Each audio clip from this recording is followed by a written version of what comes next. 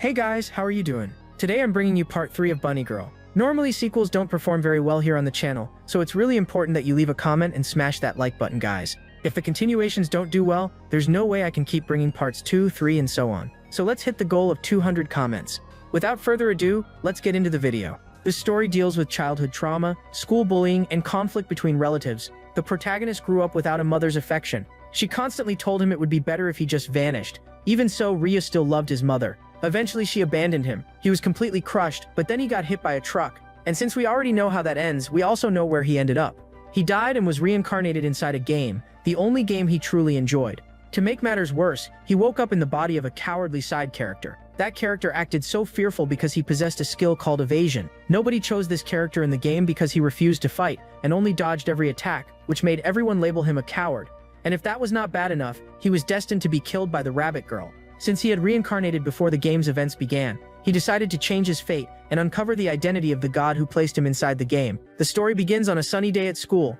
It was the rabbit girl's first day of class. Her cheeks were bright red as she nervously introduced herself. Ryu knew she had the potential to destroy the world, yet she still looked like an adorable child. He found himself fascinated by her long ears. Shyly, the girl introduced herself as Ravenna. Her hobbies were reading and listening to music. She also enjoyed watching Korean dramas. At that moment, Ryu began remembering everything this girl had done in the game's story. She hated the world and would eventually destroy everything. Her hatred was so overwhelming that she truly brought ruin and catastrophe. But right now, she looked harmless and cute while asking her classmates to take care of her. Remembering everything Ravenna would become, he was terrified. In other words, guys, he was completely doomed. The game was called Brave Hearts, and he used to play it in his previous life. It was an RPG whose protagonist was a boy named Kang.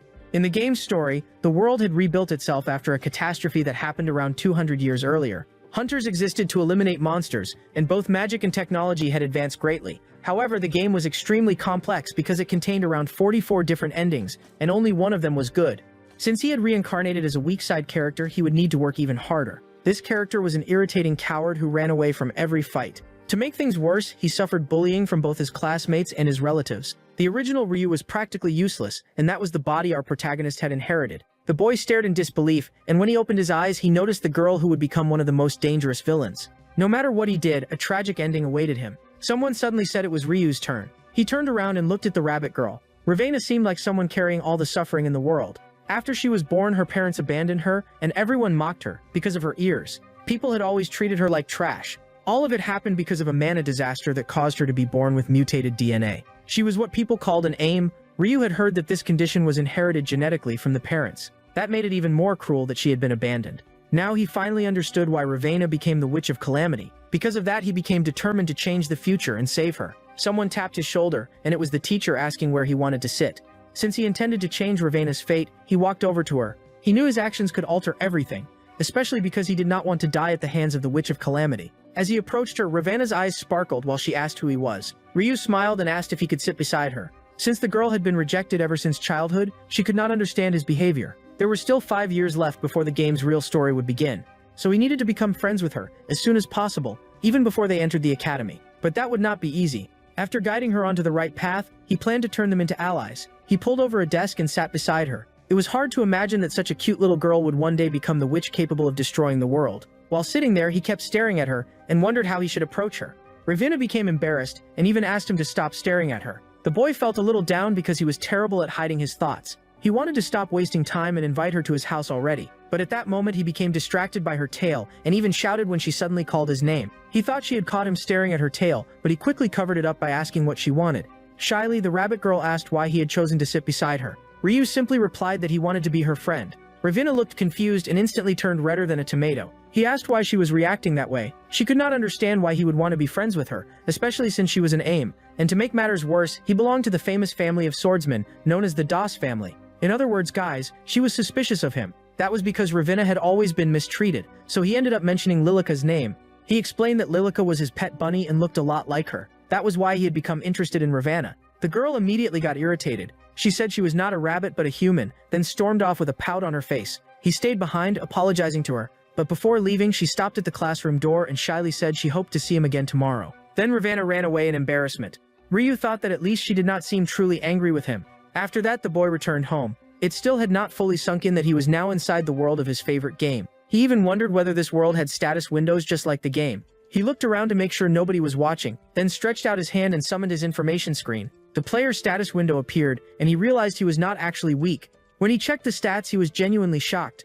Ryu's abilities were far better than he remembered. That made no sense because this character had been a pathetic coward in the game. He was bullied even by the students at the dojo. Because of that, he swore he would change his fate. In his previous life, he had also been rejected, though for entirely different reasons that would be revealed later. Back then, the kid suffered a lot, guys. Honestly, he may have had it even worse than Subaru from Subaru Natsuki. When he arrived home, he realized he now belonged to a noble family. He told his mother he was back, and she asked how school had gone. The moment Ryu realized he finally had a mother, he ran over and hugged her tightly. The woman even asked what kind of life he had lived before. He had been rejected by everyone, including his own mother. So simply having this woman as his mother already meant everything to him. Naturally, she became worried and asked why tears were forming in his eyes. He replied that it was nothing, and said he needed to get ready for swordsmanship training. From now on, he intended to truly live as Ryu, and the thing he needed most was to master the Beast King style. That technique was incredibly powerful, and the original character was supposed to learn it much later. He already knew this character's potential, because he had once placed him in the protagonist's party while playing the game. When he entered his room, he saw the bunny Lilica. He thought she looked adorable. He already knew the rabbit well because after reincarnating into this body, he had inherited all of Ryu's memories. While holding the bunny, he commented that she really did resemble Ravana, but his main concern right now was mastering the Beast King technique. When he arrived at the Swordsman Academy, he noticed there were not many students because he had come early. The Dawson family was one of the most powerful families in the country and even owned its own academy. As soon as he arrived, the other students who were also his relatives were staring at a girl, and our protagonist quickly recognized her. It was Seiko, one of the story's most important characters. She was 2 years older than him, and also a gifted prodigy of the family. In the game, she would eventually become one of the strongest swordswomen after graduating, and later become Ryu's ally since they belonged to the same family. But what confused him was why she was there despite being 2 years ahead of him. He decided not to approach her yet because it was still too soon. His focus was on learning the Beast King technique, so he immediately began preparing himself. Then he started practicing the various forms and combat styles, which were very similar to the breathing techniques from Demon Slayer. After performing several attack forms, he prepared for the next stage. He continued training for nearly the entire afternoon. At one point, he even wondered whether Seiko was secretly watching him train because he wanted to impress her. At the same time, he found himself genuinely enjoying the training. Soon, the relatives who used to bully him started mocking him again. They were triplets and also distant cousins of his. Inside the game, they were known as Cerberus. They were among the cursed children who constantly bullied Ryu. Our hero realized they were talking about him, so he angrily turned around to hear what they were saying. This was the first time he had experienced bullying in this body, but remembering everything that had happened made him furious just from seeing those smug faces. Every moment of bullying Ryu had endured began flashing through his mind. All the humiliation, kicks, and abuse he had suffered resurfaced. That character had been extremely timid, which was why others took advantage of him. But now our hero was the one inside Ryu's body. He kept telling himself that he would never allow this to happen again. Then he loudly provoked his cousins. The other students heard the insults and were shocked. Without warning, Ryu assumed the charging stance of the second form. Then he launched a swift attack at one of his cousins. The boy was sent flying, and his brother immediately asked if he was all right. Ryu, filled with confidence, asked if the three of them were scared. One of the boys asked what had happened to his cousin because he seemed completely different. Ryu simply told them to get ready, grab their swords, and fight him. Bullies are always like that, guys. They only act brave when their target does nothing back. The three of them even admitted that Ryu had completely changed, as if he carried a much heavier presence now. He shouted once more, telling the three cowards to stand up, or they would get beaten even worse. The more he remembered the humiliation he had suffered, the angrier he became. Then he started yelling, asking if the three of them had gotten so scared they nearly wet themselves. They responded by asking whether Ryu even understood who he was dealing with. Ryu knew perfectly well that his cousin Shung was the one who ordered the triplets to harass him. The three brothers wondered how Ryu had figured that out. The siblings dreamed of becoming hunters, but their father could not afford the academy tuition. Because of that, the Ozan family sponsored them so they could pursue that path, and the one responsible for supporting them was Shung himself. He only agreed to sponsor the triplets if they kept bullying Ryu. That was why our hero had suffered all those years. Now he confronted them, saying he knew everything, and reminding them that he was also a member of the Ozan family. If he wanted, he could take away their sponsorship immediately. The cowards instantly panicked. At that moment, the swordsmanship dojo master appeared and asked what was happening. Our protagonist answered that the three of them had started the fight. The master asked if that was true. Ryu had fought back because he was not going to stand there and get beaten, and the master questioned the triplets again. The boys froze in fear and quickly decided it was better to agree with Ryu. So they admitted they had caused the whole problem and that Ryu was innocent. The master was shocked because until yesterday, Ryu had been too cowardly to fight anyone. After that, he spent the entire afternoon training. The next day, when he went to school, he felt determined and promised himself he would never let anyone humiliate him again. However, something immediately caught his attention. It was Ravana, looking adorable while sitting at her desk. The boy stood there staring at her. Then he casually walked over and greeted her. Ravana's ears perked up, and her cheeks turned red as she shyly greeted him back. Trying to get closer to her, he asked what she was reading. The girl replied that it was just a random book, and Ryu said he preferred reading web novels. She asked why he had joined the book club if he did not even enjoy books, and he answered that he joined because he wanted to be near her. Hearing that made Ravana blush intensely. "What do you mean? He joined the book club because of me." She admitted that she also liked web novels, but since she had no money, she could only read the free ones. Ryu noticed the mood becoming awkward since she lived in an orphanage and struggled financially, so he changed the subject and asked what kind of dramas she liked watching. Surprised, Ravana asked how he knew about that. He explained that she had mentioned it during her introduction. She hid behind her book in embarrassment, wondering how he could remember something like that. Maybe he genuinely liked her if he still wanted to be friends with her. Or perhaps he simply wanted a friend because he did not have any either. In other words, maybe he was only fascinated by her because she was an aimee. At least that was what Ravana believed. She even thought he would eventually lose interest in her and abandon her like everyone else always did. Ryu noticed Ravana's ears drooping and thought they looked incredibly cute, making him want to touch them. Of course, he knew asking something like that would be strange. Then he remembered Lilica and decided to cheer her up by showing her a video. She became excited and asked if that was the pet he had mentioned before. So he played the video and explained that he recorded it the previous night. Laughing softly, she found it really entertaining. She even commented that Lilica was unbelievably adorable. Ryu watched her ears twitch and thought she really did resemble his bunny. Then he asked if she wanted to meet the rabbit in person, and she happily agreed. After that, he invited Ravana to visit his house after school. Blushing nervously, she tried thinking of an excuse to refuse. She did not want to relive those painful experiences again, but in the end she could not resist and accepted the invitation. When she arrived there, she was amazed because his house looked like something straight out of a drama series. The boy's mother appeared and immediately asked if she was Ravana, the friend her son had invited, then warmly welcomed her inside. Ravana had expected to be mistreated because of her genetic mutation. She remembered parents warning their children not to play with her since people look down on anyone with mutations. But Ryu's mother treated her kindly and made her feel welcome. Her warmth and friendliness were so overwhelming that Ravana almost felt blinded by it. At that moment, Ryu grabbed the girl's hand and pulled her along, telling her to follow him. She was enjoying herself, yet she still worried he would eventually lose interest in her. Even so, she told herself she never wanted to let go of his hand again. After entering the house, she was completely fascinated. The girl tasted delicious food and spent time playing with Lilica. It became one of the happiest days she had ever experienced. Eventually, nighttime arrived. Our protagonist's father returned home from work. The family commented that he was late for dinner, and he awkwardly apologized because he had promised to arrive earlier so they could eat together. His youngest daughter was pouting, saying she wanted to play with the bunny girl, but Ravana had already gone home before she returned from school. Our hero explained that Ravana was his friend and had come over to visit. That was why his little sister was sulking. Ryu then called out to his father and asked if they could train together after dinner. The man became excited and said he could not wait to practice with his son. Ryu wanted to see how much he had improved from his academy training. However, he was not interested in simple practice. He wanted a real fight. His father even asked if he was serious, and with complete determination, Ryu replied that he was because he wanted to kill real monsters someday. The scene then shifted to later that night. They were inside the dojo at home when his father asked why he had suddenly become so interested in growing stronger. In 5 years, he would enter the main branch of the Zon family swordsmanship academy. The game's original protagonist Kong would eventually solve countless crises, and Ryu did not want to fall behind. On top of that, his cousin would become an incredibly powerful figure, and even that annoying cousin of his would gain major recognition. In short, guys, he refused to be left behind. The boy's father sensed that something had happened and even asked if someone had been bothering him at the academy.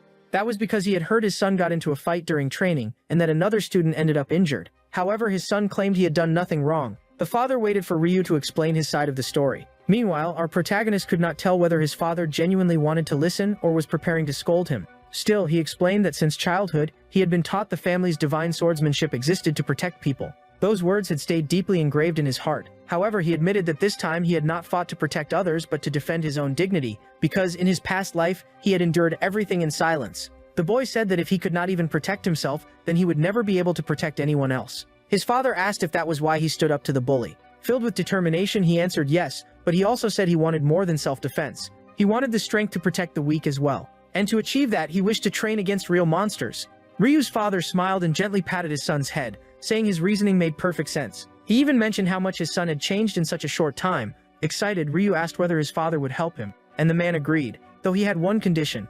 Curious, Ryu asked what it was. He needed to prove he was strong enough to face a real monster. Because of that, he would have to spar against his own father. But there was a restriction. His father would only be allowed to take 5 steps and would not use mana. That was also to avoid making the challenge impossible for his son. Guys, still, what Ryu truly wanted was to learn the Beast King style. His father replied that he would demonstrate the basics later on.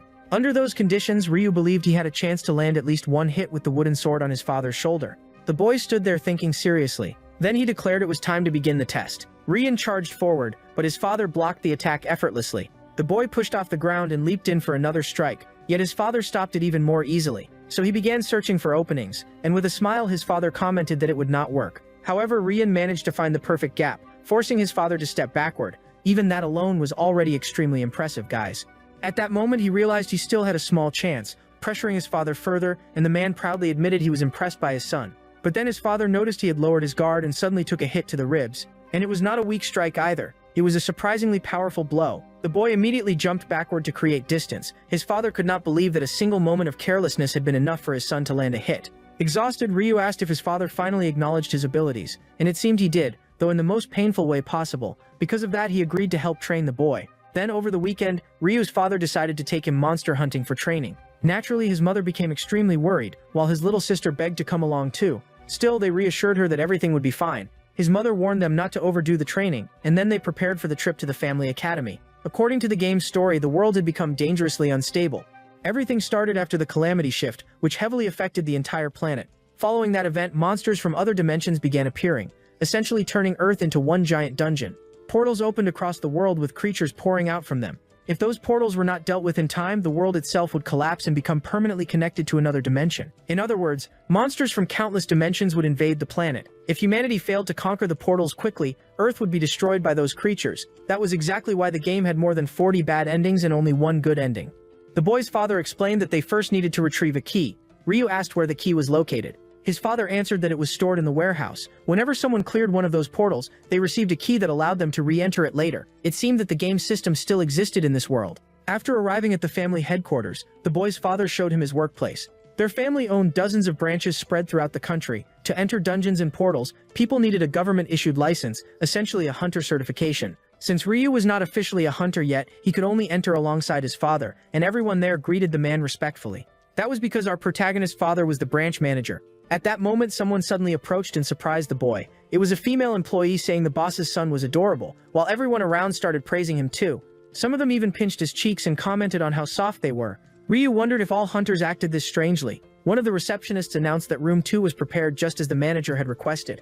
The boy's father called him over, and Ryu asked what kind of key they were using. It was a white rank key. The portal difficulty levels were divided into 7 different colors, starting with white as the easiest, followed by gray, yellow, green, red, and blue. And finally, there was the most dangerous one of all, the black key. The boy's father explained that even the white rank key would already be a major challenge for him. But Ryu was feeling overly confident, almost like a superhero. His confidence was so high that he already wanted to start with a gray rank dungeon. However, his father understood his limits and told him to enter the white rank portal first. After arriving there, his father explained how dungeons worked. Ryu was amazed because his family was wealthy enough to own private portals. The man then called his son over and warned him to be extremely careful inside a dungeon since the only way out was by completely clearing it. The boy understood the responsibility and told his father he was ready. His father still looked worried, but he trusted his son's potential. Ryu even joked that if he failed to clear the dungeon, his father could always step in by using the key on the portal. His father agreed, saying otherwise his mother would be furious for putting the boy in danger. Once the portal activated, a bright light filled the area and they passed through it into a crystal-filled cavern. That was what the inside of the portal looked like.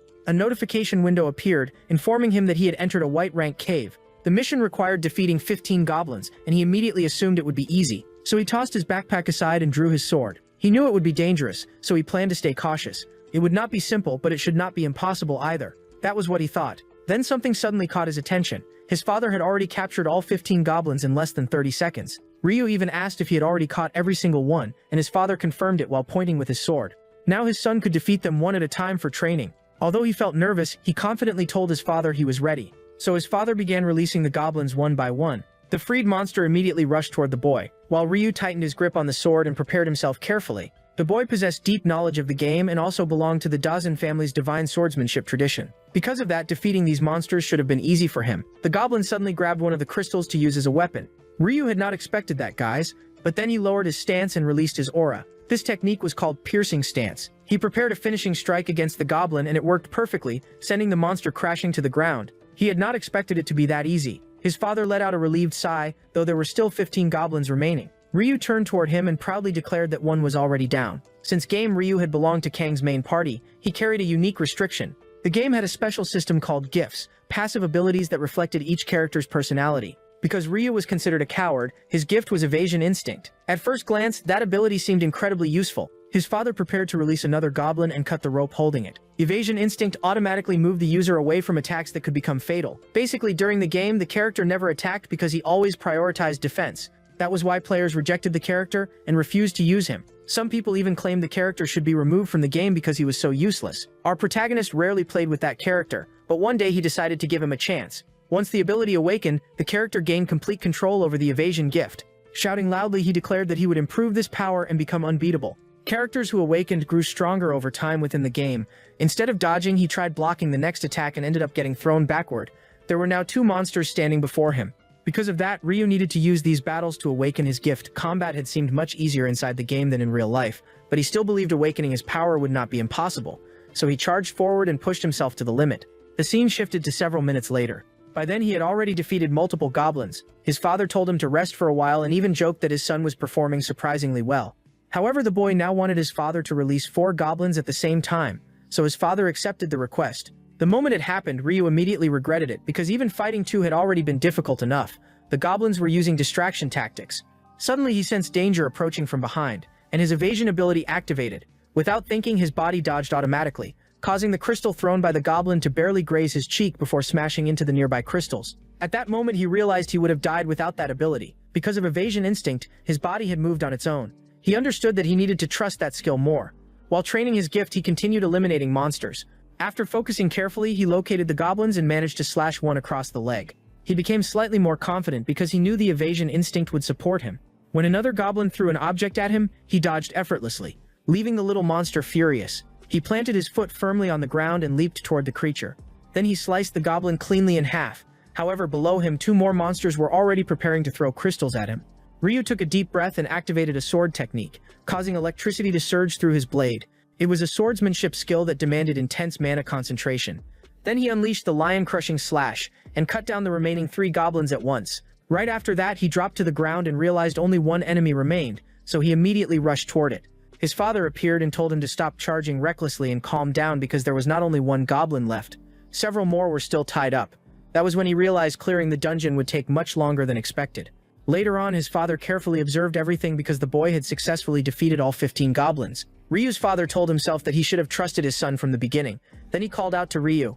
At that moment, a notification appeared announcing that the portal had been cleared. A bright light shined across the sky, and a key formed before flying directly into Ryu's hand. The boy realized he had conquered the portal and obtained the white rank key. Even so, he still looked dissatisfied. His father patted him on the back and asked why he was upset after successfully clearing the portal.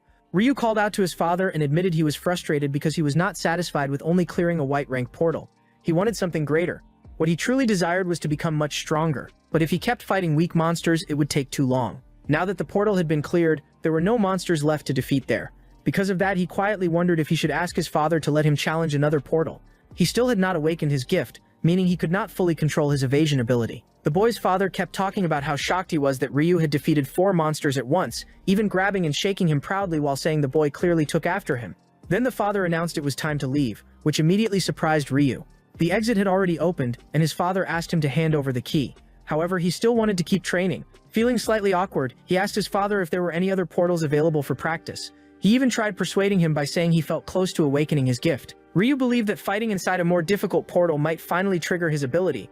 He even confidently claimed he could handle rank 2 monsters, but his father warned that if the boy got hurt, his mother would blame him for it. Still, our protagonist was persuasive enough to convince him in the end. The man admitted he would trust his son because he had already seen his potential. Smiling brightly, Ryu thanked his father sincerely. "Listen, kid, if you put yourself in danger, I'll step in and save you immediately." After that, they headed toward portal number 3.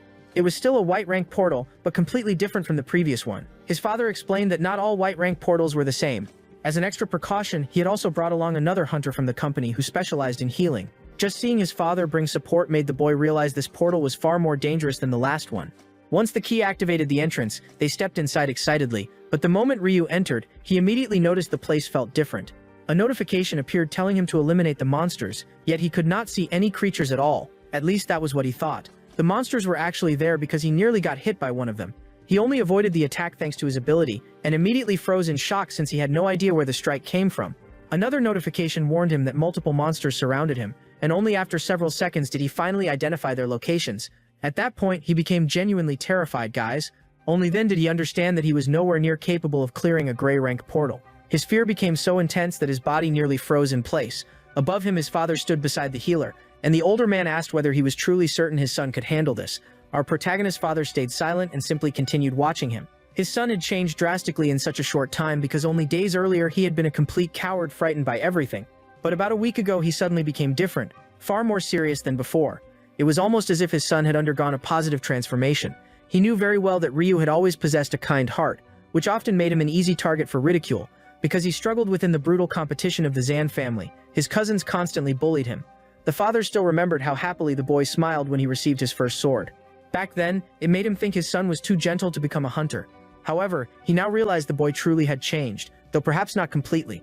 He even remembered hearing that Ryu had made a new friend at school, a girl with rabbit ears, and maybe she was the reason behind this sudden transformation. And after all, boys often try to impress girls. Even the master of the Swordsmanship Academy had mentioned that his son had changed and had even started fighting back against bullies. But Ryu's father became upset at the claim, insisting his son would never attack people because he was naturally peaceful. Scratching his head awkwardly, the master admitted that perhaps Ryu had not revealed the entire truth. Of course, our protagonist's father immediately defended him, saying his son would never hurt someone without a reason. And if he really had fought a bully, then there must have been a good explanation. He already knew his son had been suffering from bullying, and the thought angered him. He even demanded to know why the master never informed him sooner and questioned whether someone had ordered him to stay silent. The man became nervous, clearly hiding the fact that Ryu had been bullied at the dojo. At that moment, the father felt guilty, believing he lacked enough influence within the family. That was why the master chose to obey other family members instead. Then he called Seong's father, only for the man to mockingly say that Seong bullied Ryu simply because Ryu was weak and cowardly. But our protagonist's father declared he would no longer tolerate it. And it was on that exact day that our protagonist approached his father and requested a real sparring match. That was when the father realized his son genuinely wanted to change, which was why the situation shocked him so much. He had been completely caught off guard. But soon after, he smiled because his son no longer wanted to remain weak and cowardly. When the boy managed to clear that first white rank portal, he became genuinely happy since Ryu performed far better than expected. In other words, the father was extremely proud. Anyone would have been. However, once they entered a stronger white rank portal, he noticed Ryu acting cowardly again. The boy was not only trembling in fear, he was actively running from the monsters. At that moment, he was struck in the arm, and his father realized the boy was putting himself in danger. The fear in his eyes was obvious. The healer asked the father how long he intended to keep watching without stepping in. Then Ryu stopped because he had been surrounded and called the goblins toward him. His father understood that interfering now would only disappoint the boy, so the only thing he requested was for the support hunter to place a protective magic shield around Ryu. At the same time, he remained ready to intervene with his own technique if the boy truly faced danger. However, something caught his attention. Ryu's movements looked unnaturally stiff because of how tense he was. Yet his eyes did not belong to someone consumed entirely by fear. The boy planted his foot firmly on the ground, and his father became shocked because he recognized the Beast King-style fourth form, Lion Needle Barrage. Right after using it, Ryu started running away again, but all of it was part of his strategy. When a goblin prepared to fire an arrow, he completely trusted his evasion ability and successfully dodged the shot. He understood that standing still meant certain death because the monsters would surround him. The goblin attacked again, and he dodged once more. He pushed off the ground with all his strength just to avoid the attacks. Still, fear slowly returned again, guys. One monster leaped toward him, and he killed it while deliberately trying not to rely on evasion. He knew that if he depended on dodging constantly, he would never land any attacks himself. When he realized he had briefly controlled the ability, he became surprised. However, a goblin mage above him suddenly struck his arm. He could not understand what was happening. It felt like more and more monsters kept appearing. Little by little, he became completely surrounded. He had not even noticed it happening. One mistake would definitely get him killed. He looked behind himself and realized there was nowhere left to run. At that moment, he was cornered with no escape route. That was the price of resisting his evasion gift. He even started losing control. Convinced he was about to die, his arm throbbed painfully. And just like in his previous life, he knew he could not keep lowering his head and accepting everything. He wanted to become Kang's companion and clear the game successfully. He could have reincarnated as the protagonist instead of ending up as this pathetic crybaby. Just like in his former life, he stood there crying helplessly. He looked at his own reflection and realized he was becoming the very thing he hated most. So he asked himself how much longer he planned to remain this pathetic boy. In his previous life, he had accomplished absolutely nothing. That was exactly why he refused to live as a coward again. He clenched his fists tightly and declared that he could not give up. He refused to die like that, so he slammed his foot hard against the ground. A status window appeared behind him as he prepared to unleash the Dragon Kingdom technique. The pressure from the attack alone was so intense that the goblins became frightened before he even released it. Then he began moving freely through the monsters. The goblin mage laughed confidently, believing he could strike Ryu directly. But Ryu dodged the attack and countered with his sword. He felt happy because his technique was finally working. From above, the boy's father realized that his son had overcome his fear. Even the support hunter asked what had happened because Ryu's attitude changed instantly. In a serious tone, the father simply replied that the boy was his son. The man even asked whether every member of the Ozan family was like that. But the father admitted he was not sure. It looked as though Ryu could predict every incoming attack. He stood there stunned, trying to understand what his son was doing. Eventually, he concluded that this was the gift. Ryu could foresee attacks. On top of that, the boy's determination was truly unbelievable. At that moment, they realized he was using a supreme technique. It was not fully perfected yet, but it was clearly the Beast King style. First form, Lion Crushing Slash. A blue flash burst from the attack, leaving the boy's father unable to understand how his son had managed to perform it. Indeed, the support hunter asked whether the boy was capable of using divine swordsmanship. Breaking into a cold sweat, the father thought to himself that he had never even taught Ryu the technique, yet the boy had already mastered it. It truly seemed that he was a prodigy. Right afterward, he became worried and wondered when exactly his son had awakened such power. Then a notification appeared announcing that the portal had been cleared. The monsters were defeated, and Ryu collapsed to the ground from exhaustion. He was so tired that he could barely move. The notification stated that his physical strength stat had increased by 1 point. This world functioned exactly like the game, where he could level up. He could grow stronger through either training or studying. However, improving through training was far more difficult. That was what he kept telling himself. In the game, players could transfer their progress to a new save file, but that was impossible in this world. In other words, the only way for him to grow stronger now was through training. The boy's father walked over and asked whether Ryu was still alive since he was not moving at all. The boy laughed and admitted he had pushed himself so hard that he could barely move his body. Still, that reaction was expected because he had fought for such a long time. His father also mentioned that the boy had used the Blue Thunder technique. It was a phenomenon tied to sword techniques and considered a trait of divine swordsmanship. The mana condensation became so intense that it released bolts of energy. Ryu stared in disbelief after hearing that explanation from his father. "I really used that technique?" Proudly smiling, his father confirmed it and praised him. "Looks like your training is paying off, son. You've gotten much stronger." At that moment, the support hunter arrived carrying a sack full of items and explained that the portal had dropped several valuable materials. Magical stones did not appear from portals very often. The man even told Ryu to take one of the stones from the goblin, and when he approached, he realized it was an energy stone. Those stones could be used to increase a person's stats.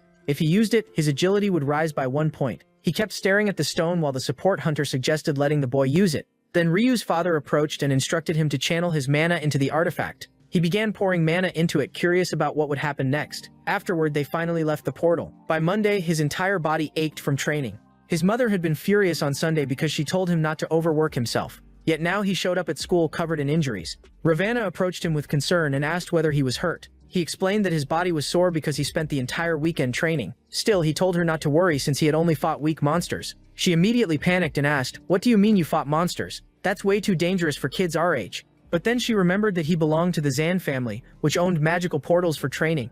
Still worried, she offered him ointments and bandages. However, the boy insisted he was fine. She explained that she always carried medical supplies in her bag, though she did not need them as much anymore. He understood perfectly that she used those bandages because of the bullying she endured. To lighten the mood, she suddenly stuck a bandage on his arm and another on his cheek while saying he looked cute with them. She even explained that it would help him heal faster. Laughing softly, he thanked her and asked if she could remind him to take his medicine. She agreed immediately and even asked if there was anything else she could do to help him recover. She said she would do anything to make him feel better. What a shameless expression. He asked whether she truly meant anything. When she said yes, he asked if he could touch her ears, making the girl scream in surprise. "I am sure you were thinking something else, you shameless girl." She became slightly annoyed and asked what he had just said. He quickly excused himself by claiming it was only a joke. She stood there thinking for a moment before suddenly grabbing his hand and shouting for him to touch her ears quickly. Blushing intensely, she warned him to only pet them gently and not for too long. Then she guided his hand herself, saying she simply wanted to cheer him up. At that moment, he finally touched her ears. He realized they were incredibly soft and fluffy. He honestly thought they felt amazing. He even kept petting them for a while, leaving the girl completely frozen. A moment later, she shouted for him to stop touching them and asked whether he felt better now. Surprisingly, she had actually enjoyed it and even thought it felt strangely comforting. Then she glanced to the side and noticed he really did seem happier, which only made her more embarrassed. At that moment, he admitted it worked and said he already felt better. Then, completely out of nowhere, he asked what she thought about them becoming hunters together someday. She immediately replied that it was impossible because she did not have any money. However, he offered to get her a scholarship since his family was wealthy. She mentioned that he was saying strange things and he answered that he had his reasons. First, she was a demi-human, meaning her physical abilities were naturally stronger than those of ordinary humans. Second, she possessed a large amount of mana. He even claimed her mana was so strong that he could sense it from far away. Feeling shy and curious, she asked whether that was really true, and he nodded confidently. Just imagining herself becoming a hunter someday already made her excited. After all, once she turned 19, she would have to leave the orphanage with nowhere else to go, and finding work would be extremely difficult because she was a demi-human. Still, his proposal sounded reckless because being a hunter was not something just anyone could do. Even he, despite coming from a powerful family, had ended up badly injured just from training. That was why she believed it would be impossible for a weak and fragile girl like herself. But he loudly assured her that she did not need to worry, because he would do everything possible to help her. He would never abandon her. The girl immediately started falling for him. He even told her that she should believe in herself because she had real potential. Blushing deeply, she shyly asked whether he truly believed in her. She lowered her head and began thinking quietly. Embarrassed, she then asked whether he would take responsibility for what he said. He answered yes and promised that after finishing school, they would enter the academy together. Since he was still holding her hand, she became even more nervous. She pulled her hand away and reminded him that she could never afford a sword academy, but he insisted that he would arrange a full scholarship for her because his family managed a dojo. At that moment, she asked why he was being so kind to her when she had nothing to offer in return. He replied that there was no special reason, but if she really wanted one, he could say he planned to benefit from her someday. Just by looking at the girl's flushed cheeks, it was easy to imagine what she was thinking. He continued by saying that maybe once she became a famous hunter, he could gain some advantages from knowing her. At that moment, she realized he truly liked her, so she smiled and burst into laughter, calling him a very strange person. Deep down, she felt genuinely grateful to Ryu, and because of that, she agreed to train and become a hunter. He even told her she should study magic. If she had a proper teacher, she would excel because she clearly had talent. After that, they began training seriously. They practiced running and jumping rope together. As a result, he spent much more time with Ravana since she rarely left her home before. He knew that if he wanted to improve in magic, he needed to find that instructor. He needed the Witch of Colors, Hong Iona. She was the game's main elemental magic instructor. He had even asked his father to investigate her whereabouts, but they still had not located her. At that moment, someone appeared and asked what he was talking about. When he turned around, he realized it was his father and jumped in surprise. The man explained that he had knocked on the door earlier, but Ryu never answered. Ryu told him he had been thinking about the witch he requested his father investigate. However, his father revealed that they would contact her very soon. The woman's group had agreed to visit them in about a month. Still, they wanted to evaluate Ryu's skill level first before deciding whether to train him. Laughing awkwardly, our protagonist admitted he had not expected that. He already knew there was a strong chance she would refuse to teach him. But in Ravina's case, rejection would almost be impossible because her magical power was enormous, and the witch would definitely notice it. Then his father told him he had some bad news. May had already begun, and every year the same thing happened. The boy became curious about what his father meant. Every May, the Zan family held a large family gathering. Ryu already understood what that meant, and immediately asked whether Sung would also attend. His father confirmed that he would. Sung was the bully who ordered the triplets to torment him. His father even said it would be fine if the boy chose not to go. But while suggesting that Ryu stay home, the man suddenly became startled and asked what his son was thinking. That was because his son had an intimidating expression, clearly wanting revenge on his cousins. Then the weekend finally arrived and the family gathering began. Everyone felt tense because those meetings always ended with arguments. Meanwhile, his little sister sat happily in the car because she did not care about any of that. The boy's father warned him not to cause trouble. Recently, those family gatherings had been making his father nervous, but Ryu reassured him and promised he would not start any fights. Besides Ryu being seen as weak and cowardly, his father also had a gentler personality, which caused the Zan family members to constantly look down on them. But this time, Ryu promised things would be different. The day before the gathering, he had been training in the gym while thinking about Ravenna. The two of them had made great progress, and he was already close to controlling his evasion ability completely. To fully master it, he needed to obtain the courage skill. That way he would stop instinctively running away. Back in his previous life when he played this character, he worked extremely hard to unlock courage because it made the character far stronger. He even mentioned that after obtaining the skill, the character became almost unbeatable. However, he knew progressing that quickly at the academy would be difficult because Ravena's physical strength was still very low. On top of that, there was another problem. The conditions for acquiring that skill were extremely difficult. First, Ryu needed a companion stronger than himself. Afterward, he had to face an opponent who emitted overwhelming pressure without receiving any outside help. But at the moment, Ravena was his only partner, and she was still far too weak. The courage skill could be obtained through a small chance by dodging an opponent's attacks repeatedly, but failure meant death. In other words, it was an incredibly dangerous skill to obtain, though it would also unlock the full potential of his evasion ability. All he needed now was an opponent capable of releasing powerful pressure without actually wanting to kill him. He kept wondering who could fit those conditions until a brilliant idea suddenly crossed his mind because there was someone like that at the dojo. When they arrived at the family gathering, the driver opened the car door and everyone stepped outside. His little sister looked extremely happy because she loved these reunions. The protagonist's father asked whether his older brothers had already arrived, and one of the employees confirmed that they had. The protagonist's mother then asked about the family elders, and the employee explained that they were currently talking in the library. Our hero commented that staying inside a room all day would be boring. Because of that, he wanted to head to the training grounds. After saying goodbye to his parents, he planned to stay there with his little sister. He asked whether she wanted to go have fun there with him. The girl excitedly answered yes. Once he arrived at the training field, he noticed several advanced training dummies set up there. He told Yuna to stay somewhere safe and avoid getting involved in any fights. At that moment, he realized the training machines were surprisingly powerful. She noticed some of their cousins practicing nearby and said she wanted to join the training too. He warned his sister that it was dangerous, but just then someone appeared behind him and complained that he was late. When he turned around, he saw his bully cousin, Seung. At that moment, he became furious because this was the perfect chance to get revenge. Seung walked over to Yuna and asked what she was doing there. He was clearly trying to intimidate his little sister. Ryu approached him and said he was actually glad to see Seung. Seung immediately got irritated and demanded to know what he meant by that. Poor Yuna could only watch as her brother started arguing again. Ryu mocked his cousin, saying he had not been doing well thanks to a certain person, and added that he already knew Seung was the one who ordered the triplets to harass him. The boy grew angry, thinking his cousin had become way too bold. Seung had grown up in a very oppressive household. His father was strict and constantly pressured him to excel in training. Meanwhile, Ryu always received love and support from his father. Because of that, Seung developed deep jealousy toward his cousin since his own father barely cared about him. The two had trained together at the dojo since childhood. Ryu always defeated him, which made Seung miserable because he kept losing to someone considered one of the weakest members of the family. Still, Ryu was kind and always checked on his cousin afterward. Then one day, Seung realized he could strike Ryu from behind. He could not accept losing to him forever. So, acting cowardly and unfairly, he attacked Ryu from behind. Ryu crashed to the ground while Seung celebrated his victory. After that, he never stopped tormenting him. He knew that constantly beating Ryu would slowly destroy his confidence. Besides, hurting him became a way to vent his own frustration and envy. After every beating, Ryu would stay on the ground crying. That reaction was exactly what the bully wanted. From then on, the harassment only got worse both at school and at the academy. Seung thought he should have started doing that sooner, and every time they arrived at the dojo, he would threaten and intimidate Ryu again. Because of that, Ryu became even more timid over time. Back in the present, Seung was threatening Yuna again, but this time Ryu challenged him to a duel. "You think you're tough, right? Then fight me." Naturally, Seung became furious. Meanwhile, Ryu's parents arrived at the library and immediately noticed the tense atmosphere. His mother even complained about the smell of smoke. Her husband asked if she was okay. She answered that she was fine. He only asked because he knew she hated these family gatherings, since she was a commoner, and he had married her for love instead of status. Still, she smiled and told him not to worry about it.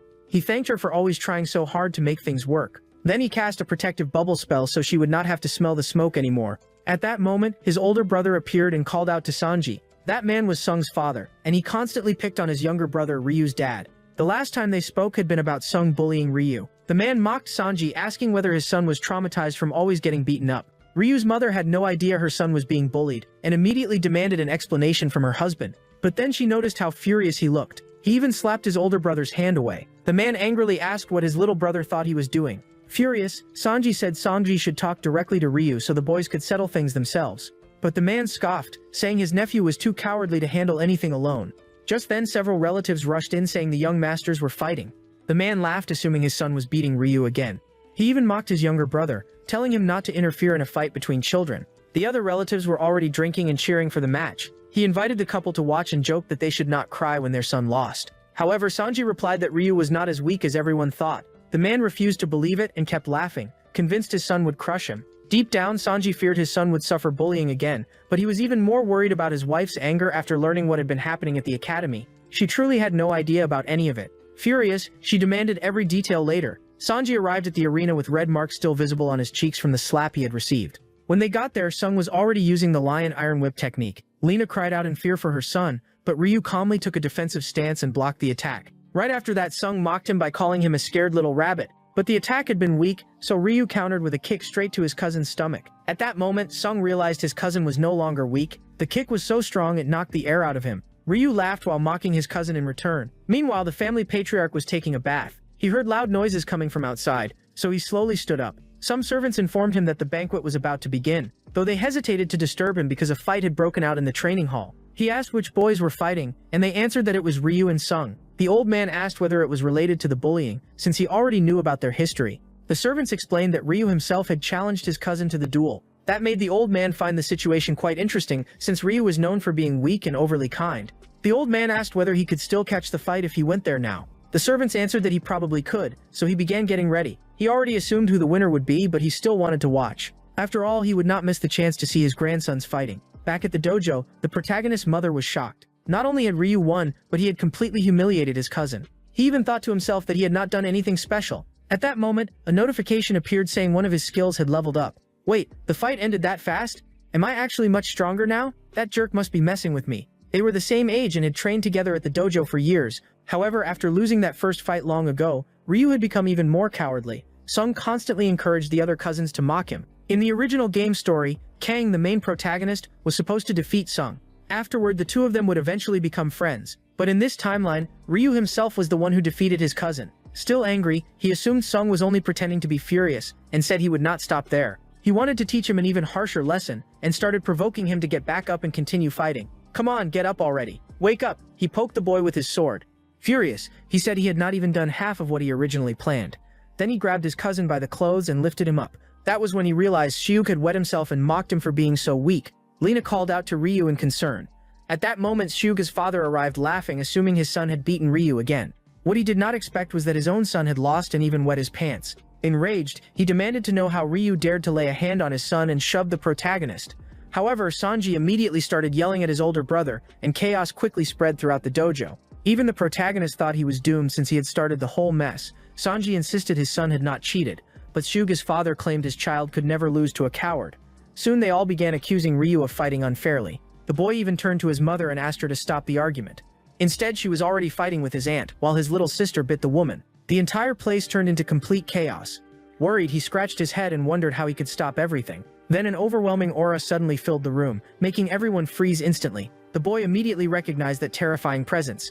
His grandfather had arrived. The old man asked whether they were trying to disgrace the Zan family. His name was Vang, and he demanded to know what his sons were doing. The two men stood there awkwardly without answering. Then Hyuga's father claimed that Ryu had started the fight by challenging his son.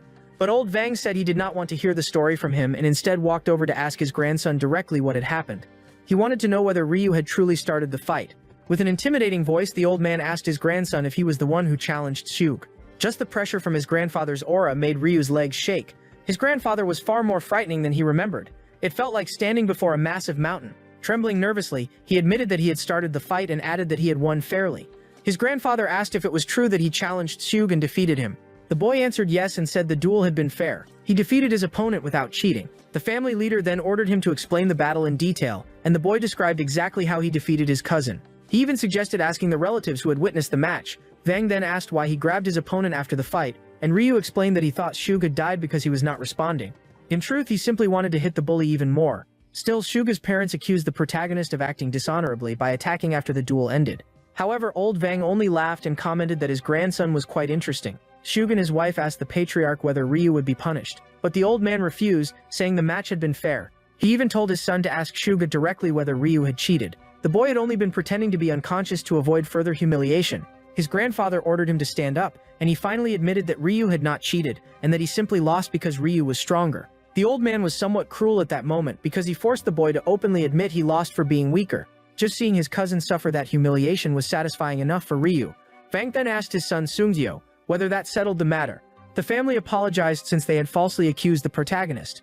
Now that everything had been resolved, the old man declared that he did not want to hear any more arguments. With that, the matter was officially closed, and he invited everyone to dinner. He wanted all his children and grandchildren to enjoy the banquet together. However, he stopped at the door and said he still had one more thing to announce. After dinner, he wanted to personally test Ryu's training abilities in a sparring match. With a smile, he said he was looking forward to it and would be waiting for him. The boy then rejoined his family and let out a deep breath in relief. However, he suddenly heard his mother calling his name. With a stern expression, she said she wanted to talk to him. Then she asked if he understood what he had done wrong. Nervously, he answered that it was because he fought Song and dragged his parents into the conflict. She told him that was not the issue, and asked again, but he was terrified because it was the first time he had ever seen his mother this angry. He remembered his previous life when his mother constantly said she wished he had never been born. She repeated it many times and blamed him for her miserable life. Besides insulting him, she also treated him harshly. Because of that, he grew up believing his mother's suffering existed because of him. Sometimes she would hug him while crying and apologizing. He never knew whether she truly regretted her actions or simply felt guilty. Even so, he still loved her. One day she left after saying she had found a job in another city. After that, he never saw her again. His mother abandoned him when he was 10 years old. As he entered his teenage years, he became bitter because he had grown up without affection from either parent. Now in the present, he feared this mother would abandon him too. So he begged for forgiveness, and she once again asked if he knew what he had done wrong. Worried, he thought he should apologize for being born, but then his mother suddenly hugged him tightly. She said his real mistake was hiding the bullying from her because she could have protected him. She even apologized for failing to notice that her son had been suffering alone. Gently patting his head, she said it must have been painful for him to endure all of that by himself, and she asked him to promise never to hide those things from her again. He realized this mother was completely different from the one in his previous life. He could truly feel her love and affection, so he hugged her tightly and cried, promising he would not keep any more secrets. Yuna also started crying because she had become emotional. The two of them ended up embracing their mother together. The boy's father jokingly said he wanted a hug too, but Lena replied that she still had not forgiven him. While he awkwardly tried to hug his wife anyway, the protagonist noticed a message arriving on his phone. He immediately checked it. It was a photo from Ravena saying she had reached the top of the mountain and planned to train even harder. He felt happy seeing how seriously she was working and laughed while calling her adorable.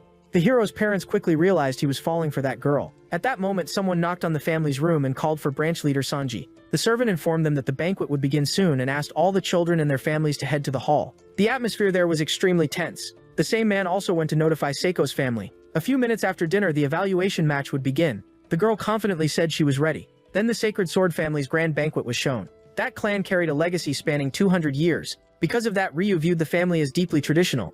Still, something else caught his attention. He noticed Song's family acting timid and realized they were afraid their grandfather was still angry because of the earlier incident. When the grandfather entered the hall, he struck his sword against the floor and demanded silence. He thanked all the relatives for attending, especially since even more family members had gathered this year. Since everyone had traveled a long distance, they were hungry. So the grandfather announced that everyone should eat first, and dinner was served. The food tasted incredible. After a massive uprising, the world had fallen into chaos. During that dark era, humanity longed for protectors, or rather sanctuaries. To maintain their power, noble families took on the role of protecting humanity. That was how the sanctuaries were established, with a single purpose. Hunters defended humanity from the monsters emerging through portals. They carried enormous responsibility, but also earned great prestige. Eventually, society developed systems to train hunters, but only the original 10 families, such as the Sword family, had enough influence to educate them through their dojos. Since the protagonist's grandparents were extremely powerful and influential, they founded the Dozin family. From a distance, the boy watched his grandfather greeting the other grandchildren. Without question, Seiko was his favorite granddaughter. She had already mastered the beast technique. The other relatives reacted in disbelief and questioned whether it was true. Ryu noticed that his cousin had become the center of attention, while the grandfather scolded his children for doubting her talent. If she continued improving at that pace, she would surely become the second strongest head of the family. The grandfather hoped she would grow into a powerful leader capable of surpassing him someday. Smiling confidently, Seiko promised to keep doing her best. It amazed him that she could stand beside their grandfather without showing fear. The boy thought she truly must be incredibly strong. At that moment, their eyes met, and he quickly became nervous while trying to hide it. The grandfather noticed the interaction and quietly laughed to himself. Then he mentioned that Seiko's growth reminded him of news involving a certain rogue. Ryu immediately understood that his grandfather was referring to the demonic duelist, an extremely powerful master, and also Kang's mentor, the protagonist of the game. Ryu recognized that character because he appeared early in the game's story. The demonic duelist had first taken interest in Kang while the boy was training at the orphanage. Once Kang left the orphanage at 17 years old, he immediately began training under that master. In the game's original story, there was also a chance for Ravenna to train alongside Kang, and he realized he had already changed that future.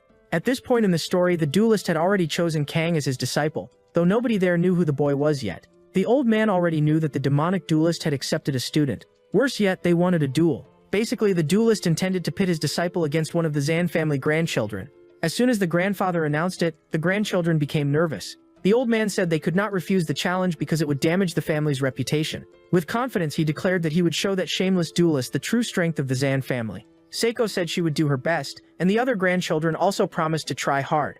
Our protagonist stated that he would give it everything he had. Still, deep down, he was terrified of facing the game's protagonist, since that never happened in the original storyline. Someone suddenly slammed a hand against the table, and it was Shung announcing that he would exceed his grandfather's expectations just as his father had taught him. His father always told him that even a lion hunts a rabbit with full effort. Hearing that, our hero laughed quietly, knowing Shung would eventually get destroyed by Kang anyway. But the grandfather asked Ryu why he was laughing, and what he found amusing. The boy immediately became nervous while the old man kept insisting on an answer. In truth, he was laughing because he already knew the game's story and understood that Kang would completely overpower Shung. Terrified of the grandfather, his father quickly made excuses, claiming his son was simply in a good mood. The old man stepped closer and questioned him again. He wanted to know exactly why Ryu laughed. "Yes, son, you're in trouble now." Ryu awkwardly explained that he had laughed because of what Sung's father said. He was not laughing at his grandfather. The old man ordered his grandson to explain himself clearly. A huge lion giving everything it had just to hunt a rabbit sounded strange to him. That was the reason he laughed. If a lion truly needed maximum effort, then the lion itself must be weak. By that logic, the lion was worthless, which made him laugh. But after noticing how serious his grandfather looked, he quickly apologized. To his surprise, the old man burst out laughing and admitted he had never considered it that way before. Resting a hand on his chin, Vung said he would think more about what his grandson had said. Everyone there realized the old man favored the boy and had high expectations for Ryu. Then the elder suddenly remembered something and told everyone to pay attention. He announced that they would hold training inside a portal that very day. Hearing that, the protagonist remembered his grandfather mentioning it earlier, though Sanji worried the children were not prepared. Another son asked about the portal's difficulty level. The old man replied that a white rank portal would be far too easy for the Zan family. That was why they would use a yellow key portal for the test. The portal had already been prepared, and the children stood outside beside their parents. The old man got ready to open it. He gave his grandchildren one final chance to refuse the training and leave. Then an intense light illuminated the entire area. A powerful wind blew from inside the magical portal. When he opened his eyes, he saw a beautiful landscape. Everyone had entered the dungeon. The grandfather explained that the mission was simple. As the status window showed, their strategy was to descend the cliff first. He pointed toward a nearby lake and explained that a rank 3 monster lived beneath the water there. He also mentioned sealing the creature inside the lake so it could not escape. That reassured the parents somewhat. Even Ryu admitted that fighting a rank 3 monster underwater would have been nearly impossible. However, the grandfather warned them not to underestimate the creature because it was still extremely dangerous. The boy already knew how powerful that monster was, which made him feel discouraged. Still, he could not give up because this would be a great chance to become stronger. He also understood that reaching the lake itself would not be easy since descending the mountain would be difficult enough already. Old Man Vang told them not to worry too much because the monsters along the way were not especially dangerous. At that moment, an employee arrived carrying a briefcase, making Ryu curious. Inside were camera collars the children would wear, so the adults could monitor everything in real time from above. There was also a portal watch. If they ended up in danger, they could call for help. The grandfather handed both items to his grandchildren and explained that the evaluation would last around 3 hours. Once they defeated the boss, they were supposed to unlock the portal with the key. Everyone was ready to begin the trial. Lena wished her son good luck and reminded him not to get hurt. Completely confident, the boy assured her that he would be fine and told her not to worry. Old Man Vang even celebrated, saying his 2 grandsons seemed to be getting along well, though that was far from the truth. The moment the signal was given, the test began, and the boys rushed toward the lake as quickly as possible. But our hero suddenly tripped and rolled down the slope. At the last second, he grabbed the rope again, then kicked off a rock and jumped farther down. After reaching a flatter section of the valley, he received a notification warning that a monster was nearby. Something suddenly caught his attention when a projectile flew toward his leg. Luckily, his evasion instinct activated, and when he looked up, he realized the attackers were rank 1 pouch monkeys. Those pouch monkeys specialized in throwing objects, and the creatures quickly prepared another barrage while the boy relied on his evasion skill to dodge everything. Since too many projectiles were flying at once, he also had to block with his sword. He soon realized the monsters were hurling rocks, so he swung his blade and sent one straight back at a monkey. That only made the others even angrier. As the rocks kept coming, Ryu knocked them away with increasing force. One of the small monkeys was finally slammed to the ground. Joking around, he said he had just hit a home run. The monkeys clearly had not expected that. After a while, he managed to defeat them all. He spent roughly 35 minutes fighting those creatures. Still, his real concern was the upcoming boss battle. At that moment, he noticed one monkey holding a fruit. Since he had played the game before, he recognized it as a vitality fruit. Excited, he immediately grabbed it. With a sly grin, he realized he could make great use of it. Meanwhile, the family members above were watching their children through the monitors. One relative started panicking because their child had been injured by a monster, and Lena immediately became worried as well. Shung's father bragged that his son was the strongest and would crush all the other grandchildren. The man was acting incredibly arrogant. Even the protagonist's parents were getting tired of his attitude. At the same time, Seiko was using her lightning techniques. It was the 5th form of the Beast King attack style, Lion Strike. Shung's father stared in shock, asking how his niece had already mastered techniques like that. The grandfather laughed proudly and praised Seiko's talent. Still, he was concerned because his grandchildren were burning through too much mana. By the time they reached the boss fight, they might already be exhausted. Shung's father confidently claimed his son would do fine, and told his father not to worry. Suddenly, a loud noise drew everyone's attention. The old man turned toward the screen and saw Ryu launching a monkey through the air. Everyone began wondering what the boy was doing. Senji and Lena became concerned, thinking their son was not taking the training seriously because he seemed to be fooling around. Down below, however, the boy was eating vitality fruits while commenting on how powerful their effects were. Watching carefully, the grandfather tried to figure out what his grandson was planning. Shung's father mocked Ryu again, claiming the boy was treating the training like a game and ignoring the grandfather's challenge. As they watched the screen, they saw him batting rocks away, and the old man quickly understood what Ryu was doing. He even commented that the boy had excellent instincts. Still trying to stir trouble, Shung's father pointed at the screen and complained that Ryu had even stopped to have a snack instead of training seriously. "Look at that, father," he went on, saying the boy clearly had no sense of danger if he could stop in the middle of the test just to eat fruit. In the background, Sanji grew irritated. However, old Vang told him to pay closer attention and asked whether he even recognized the fruit Ryu was eating. It was a stamina fruit that restored vitality. Vang even praised Senji, saying he had raised Ryu very well. Then he pointed at the screen for everyone to watch carefully. In truth, Ryu had been finding different fruits inside the monkeys, which was why he kept knocking them back. Rubbing his chin, the old man remarked that his grandson was clever in gathering the fruits to increase his strength. Meanwhile, Sanji tried to hide his confusion because he had never taught his son any of that. The hero only knew because he had already played the game before. After some time, he had eaten several different fruits, boosting his stats. The blue endurance fruit, however, tasted awful. As he kept moving, he gradually approached the lake. He had also collected so many fruits that he could barely carry them all. At that point, it looked like he could open a fruit stand with that amount. He realized escaping with all those fruits would be impossible because there were simply too many.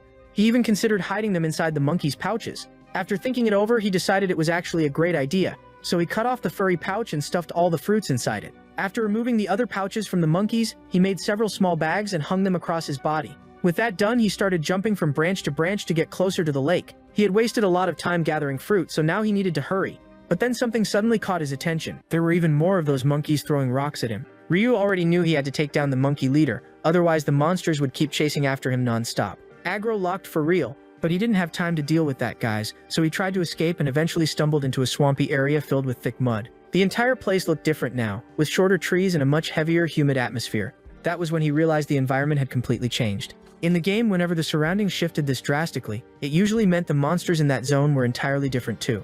And that was when the boy noticed a blue frog standing right in front of him. These forest mud frogs were actually pretty dangerous, and taking on 4 of them at once was definitely not going to be easy. Even fighting a single frog was already a nightmare because of its paralyzing poison. Yeah, nature really said good luck surviving. At the same time though, he had heard rumors that the antidote for that paralysis could also be found somewhere inside this forest. So he started carefully moving through the bushes, and after several long minutes, the boy began getting irritated because he still couldn't find the so-called antidote. However, something suddenly caught his attention. It was the rare flower that grew near the frog's habitat, the most famous antidote against paralysis. He had gotten incredibly lucky and immediately picked the flower. If he ever became paralyzed, he could use it later. But then the boy decided to just eat the flower right away, in order to build resistance against paralysis. The problem was that the taste was absolutely disgusting, guys. Bro looked like he just ate expired medicine from a dungeon chest.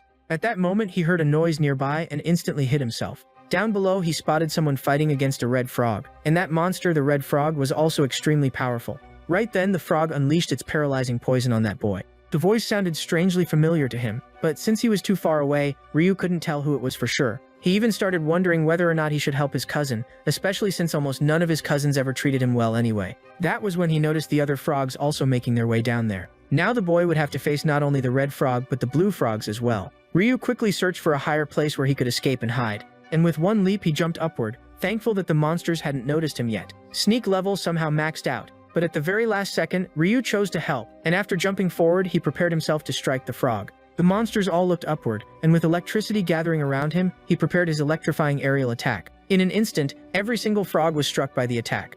Afterward, he put away his weapon and extended his hand, asking whether the boy had gotten hurt. At that moment, Ryu confirmed that it really was his cousin Sing, and the bully was standing there furious, saying he never needed Ryu's help in the first place. Right then, Ryu realized his cousin was hopeless, and honestly, it probably would have been better if he had just walked away and left the guy there suffering. He even asked Sing why he was getting humiliated by monsters that week, and the guy immediately started yelling, claiming that Ryu had actually interrupted his hunt. But our protagonist fired back, saying that his cousin was nothing but a complete liar. And just like that, the two of them started arguing. At that moment, one of the blue frogs suddenly returned. Our protagonist remembered there had been 4 blue frogs, not 3, which meant one of them had been hiding the entire time. He looked at his cousin and came up with a brilliant idea, saying that since Sing complained about him stealing the hunt, then he would leave this frog for him to handle alone. And just like that, he ran away, leaving his cousin there paralyzed by poison and forced to deal with the monster himself. Cold. Absolutely cold. At that moment, the frog let out a loud croak, and we could see Sing already trembling in fear. Meanwhile, the boy's parents were watching everything from the top of the mountain. Sing's father was furious because Ryu had abandoned his son behind. He even went over to complain to his father, saying that Ryu was a complete coward for refusing to help his son. But then Sanji stepped in and started defending Ryu instead.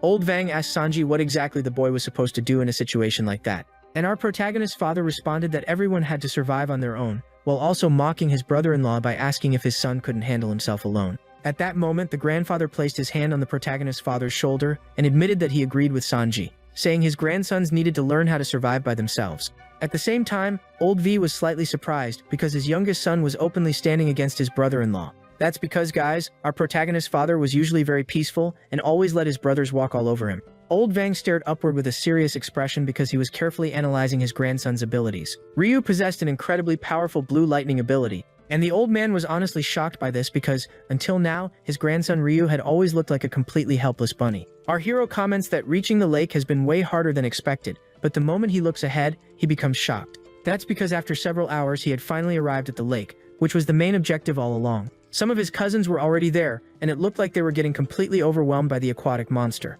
Ryu immediately asked what had happened to them, and standing there was Seiko herself. Ryu was stunned because she moved so quickly that he could barely follow her movements. But there was something even more terrifying than that. That creature was the spiritual monster, and the girl was fighting it completely alone. She was using advanced techniques, but none of them seemed to be working. To make things worse, the monster was even creating multiple water clones. Boss fight mechanics getting ridiculous at this point. The situation was incredibly dangerous, forcing Seiko to retreat. She suddenly cried out, and our hero immediately became worried, thinking she had been struck, but in reality she was suffering from the effects of the paralyzing poison. Ryu knew he had to step in now, because otherwise his cousin could end up suffering even worse injuries. On the edge of the lake, the other cousins were completely terrified.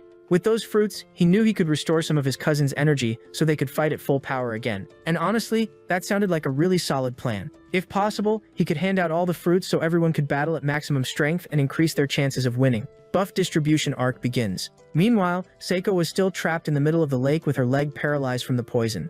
And to make matters even worse, countless monsters surrounded her from every direction. The creatures immediately launched an attack against the girl. For a moment, she truly believed this would be the end for her. Even so, she refused to give up and slowly took a deep breath. Then she used every last bit of strength remaining in her body to defend herself. This was the King of Beasts style, 6th form. With that technique, she managed to slice through the water clones. A powerful flash of light burst across the battlefield. And now she unleashed the lion's impetuous dance, a blue lightning technique. With that attack, she cut through the water clones once again. We could already tell the girl was insanely strong, guys, and she even activated the 3rd form of the King of Beasts style. However, the paralysis started spreading into her arms, and she realized she wouldn't be able to block the next attack. Now she was truly in danger. But right at that moment, Ryu suddenly appeared and quickly told her that he would attack from the right while she only needed to focus on the left side. She glanced to the left and saw the monster charging directly toward her. Yeah, definitely not the kind of thing you want sprinting at you. At the same time, he also activated his blue lightning technique while trying to protect her. The girl even wondered who this boy was, but after getting a better look at him, she finally recognized him. It was her cousin, the same so-called useless boy everyone always mocked. She even asked why he had chosen to help her. And with surprising courage, he answered that he wanted to cooperate with her to defeat the monster together. At that moment, her body could barely move anymore. She thought it was all over, but our protagonist willingly put his own life on the line just to save her. And together, the two of them managed to destroy those water clones. The girl realized he wasn't the worthless failure everyone claimed he was. He then called out to Seiko and pointed toward himself. With complete confidence, Ryu asked whether she would be willing to cooperate with him. The girl immediately hesitated. Cooperate? Could they really work together? Wasn't this supposed to be an individual challenge? He then explained that if they tried fighting the monster one-on-one, none of them would stand a chance. As he looked toward his cousin Seiko, he remembered how she appeared later in the game when she was older. The other cousins also entered the lake to join the battle, and Seiko immediately told them to fall back so they could come up with a strategy first. Meanwhile, high above on the mountain, the parents nervously watched everything unfold while old Vang remained completely silent. The parents were terrified because their children were fighting on the surface of the water itself, and that made the entire situation extremely dangerous. Some of them even tried to get old Vang's attention, saying their children were in serious danger. The eldest son suggested lowering the difficulty of the training. After all, those kids were still weak compared to adults. Because of that, he believed it would be better to make things easier for them. Old Vang stroked his chin thoughtfully, starting to wonder if he had pushed them too hard. However, he suddenly remembered someone named Zhang, and mentioned that the boy was that man's disciple, and was destined to become an even greater monster. He refused to watch his grandchildren lose to that boy, which was why he had prepared such brutal training for them. The eldest son once again asked his father to reconsider and make the training easier, and the old man admitted that maybe it would be for the best. He even said he would lower the difficulty, but then something suddenly caught his attention. He noticed that his grandson Ryu was organizing an alliance between all the cousins, and naturally, old Vang became pleased immediately. Plot twist unlocked. He declared that he would not lower the difficulty after all. First, he wanted to see exactly what the kids were planning, because it looked like his grandson still had a hidden card to play. Ryu proposed forming an alliance, but his cousins instantly complained that they wouldn't cooperate with him because he was weak and nothing more than a useless failure. However, Seiko stepped in and told them to trust Ryu because she had personally seen that he wasn't a failure, and she even admitted she couldn't defeat the monster alone and needed everyone's help. Besides that, there was something important that only Ryu possessed. The boys immediately asked Seiko what exactly Ryu had that was so important, and she remembered that he had handed her one of those magical fruits earlier. Our boy simply laughed and dumped all the magical fruits and flowers out of his backpack. Those were healing items and physical enhancement materials, but the cousins instantly became suspicious, thinking Ryu was trying to trick them somehow. But our protagonist explained that if they refused to cooperate, every single one of them would lose. And he was even offering the fruits to them for free. If they ate the red fruit, their strength would recover immediately. On top of that, all the adults were watching them from above, which meant the boys needed to prove they weren't useless. If they received a low score during their grandfather's training, they would become a disgrace to the family. Because of that, he proposed that all of them work together. There were only 52 minutes left before the training time limit ended, guys. Time pressure hitting harder than the boss itself. After hearing that, everyone finally agreed and ate the fruits. But suddenly, someone appeared while shouting Ryu's name, and we saw that it was his cousin Seong. Our hero simply turned around and asked if he was still alive.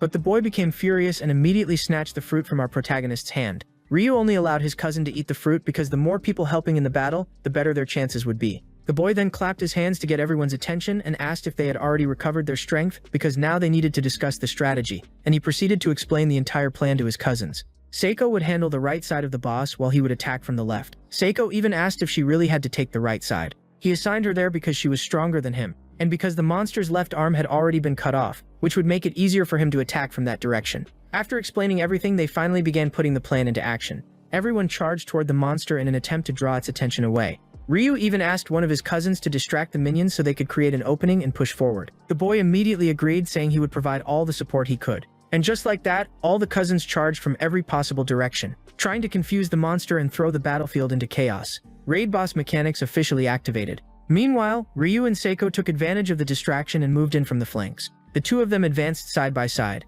and after taking several hits, the monster started screaming loudly. The creature was growing irritated because the humans were suddenly fighting in perfect coordination. Because of that, it refused to stay on the defensive and began casting its spells. As the monster gathered a massive amount of power, it shouted that it would wipe out all those useless humans. Seiko quickly realized that the magic attack was aimed directly at her, and in that instant, her whole life flashed before her eyes. At the very last moment, Seiko managed to dodge by leaping backward. Ryu noticed that the monster still had techniques it hadn't revealed yet, and during the counterattack, Seiko activated the offensive style of the King of Beasts, third form. Then she unleashed the Lion's Iron Divider, slicing the monster straight through the middle. However, even that wasn't enough to defeat the creature. Meanwhile, our protagonist sprinted toward the rear of the battlefield and activated the first form of the offensive King of Beasts style. That technique was called Lion's Fury, and it struck the monster mermaid directly in the back, but the creature barely avoided the attack, taking only a shallow hit. Seiko knew it would be extremely difficult to land another clean strike against the monster. With a furious expression, the creature began cursing at them. She understood that among all those kids, these two were the most troublesome opponents. Ryu knew time was running out, so they needed to act fast. They still had the advantage, which meant they had to keep applying pressure. And with that, the two of them rushed forward at full speed once again. The monster looked like it was preparing another attack, so both of them retreated, and Seiko said she would stay there and try to protect him. After quietly whispering a new strategy to Ryu, the two charged in once again. This time they unleashed several techniques simultaneously, leaving the monster unable to decide which attack to defend against. After pulling back, Ryu asked Seiko if she had managed to hit the monster, and she replied that the cut had only been superficial. Still, even if the damage was minor, they were finally managing to injure the creature. At that moment, the monster tried to slam its tail directly into Ryu's face, but he dodged the attack. Close call. Bro almost got sent into spectator mode. This monster clearly had plenty of hidden tricks left. The creature angrily claimed that if its arm had still been intact, it would have already crushed all the children. First, it planned to eliminate the boy who was acting as the mastermind behind the attack. But Seiko suddenly appeared behind the creature and sliced off its tail. She even mocked the mermaid by asking where exactly it was looking. The creature let out a painful scream, and Ryu immediately took advantage of the opening to charge forward with full force. This was the defensive style of the King of Beasts. Third form, Lion Barrier. The two of them were moving in complete synchronization, and from the observation screens above, even the adults started commenting on how perfectly coordinated the pair was. Sing was absolutely boiling with jealousy because his own son wasn't standing out at all, while old Vang kept praising those two non-stop. Furious, he demanded to know how Ryu was managing to fight on the same level as Seiko. One of the parents suddenly shouted for everyone to look because Seiko was using blue lightning once again. That was an advanced technique, and old Vang looked incredibly proud of his granddaughter. However, there was something else catching his attention. It was the fact that our protagonist, who was 2 years younger than her, was also capable of using that same technique. Ryu began breathing deeply, trying to sharpen every single one of his senses to the limit. And the moment he opened his eyes, he felt like he had finally understood how the technique truly worked. The parents immediately started shouting in amazement, saying these children were unbelievable. Not even the clan leader could believe what he was witnessing. The old man was completely shocked, guys. That's because our protagonist had fully activated blue lightning. And that was extremely dangerous because the spell itself could destroy their bodies. Power up with self-damage included. Truly an anime classic. And just like that, both of the kids unleashed the King of Beasts technique together. Fifth form, the creature immediately screamed that it needed to dodge or it would die. Then both Ryu and his cousin launched themselves forward with the lion assault. And with that attack, the monster was split apart by 2 diagonal slashes. Overflowing with aura, they completely cleared the portal. The adults simply couldn't believe what they had just seen. Laughing proudly, old Vang declared that his grandchildren were truly incredible. All this time, he believed Ryu was nothing more than a weak little rabbit. But now he realized the boy was actually a lion cub. Suddenly, notifications began appearing. Ryu had earned a brand new title called Lion Cub. He now had the option to replace his current title with this new one. The boy turned toward Seiko and told her she fought really well, and she praised him in return. Whenever he obtained a new title, he would gain additional rewards along with new stat bonuses. However, he felt a little hesitant about accepting the Lion Cub title. And remember guys, he was the only person who could actually see these status notifications. Still, he felt happy because he had received this notification thanks to finally earning recognition from his grandfather. Back in the past, everyone looked at him like he was nothing more than a miserable little rabbit. Not even Grandfather Vang paid attention to him before. The notification asked whether he wanted to replace the rabbit title with the Lion Cub title. This new title would grant him a 10% increase to his strength-related abilities. However, the rabbit title gave him much higher luck stats, around 30% extra. So he started thinking carefully, because if he replaced the rabbit title, his evasion would drop drastically. Min-maxing stats in real life now. Because of that, he decided not to switch titles for the time being. At that moment, his cousin asked why he was standing there frozen while staring at the portal message. And since she couldn't see his status notifications, he awkwardly tried to play it off, saying he was just looking at the portal message to read some of the information written there. After the key was handed to her, the girl decided to give it to Ryu as a gift. She explained that the entire strategy had actually been his idea, which meant he deserved to keep the key. If he hadn't suggested working together as a team, they never would have been able to defeat the monster. That was exactly why she had already made up her mind to hand the key over to our boy. And in an incredibly adorable way, she thanked him. The guy even started blushing from embarrassment. Bro's emotional defense stat instantly dropped to 0. And just like that, he accepted the key. At that moment, someone suddenly appeared behind them. It was one of the adults congratulating them for successfully clearing the portal. He even asked them to hand over the portal key so he could deliver it to the clan leader. The boy became slightly disappointed because the key he had worked so hard to earn would now end up with Grandfather Vang. Right after that, he mentioned that he had one question to ask. He wanted to know what would happen to the loot dropped by the defeated monster. At that moment, the adult replied that he would check with the captain to see whether the kids were allowed to keep the items. Then the grandfather declared that the winner would be allowed to keep the monster's loot. And our boy became incredibly excited because that meant he could claim the creature's magical items. He even told his cousin that she had fought really well too, and that he would split the rewards with her. However, the girl wasn't interested at all, and told him he could keep everything. That monster was rank 3, which meant the items inside its body were probably extremely high-level treasures. He eventually picked up a shining jewel. He had no idea what rank that magical stone was, but it definitely looked like something very valuable. However, something else suddenly caught his curiosity. There was a strange glow shining from the bottom of the lake. He reached his hand down and managed to grab the stone. That was an intermediate level physical enhancement magic stone. He was completely shocked because that kind of stone was incredibly rare.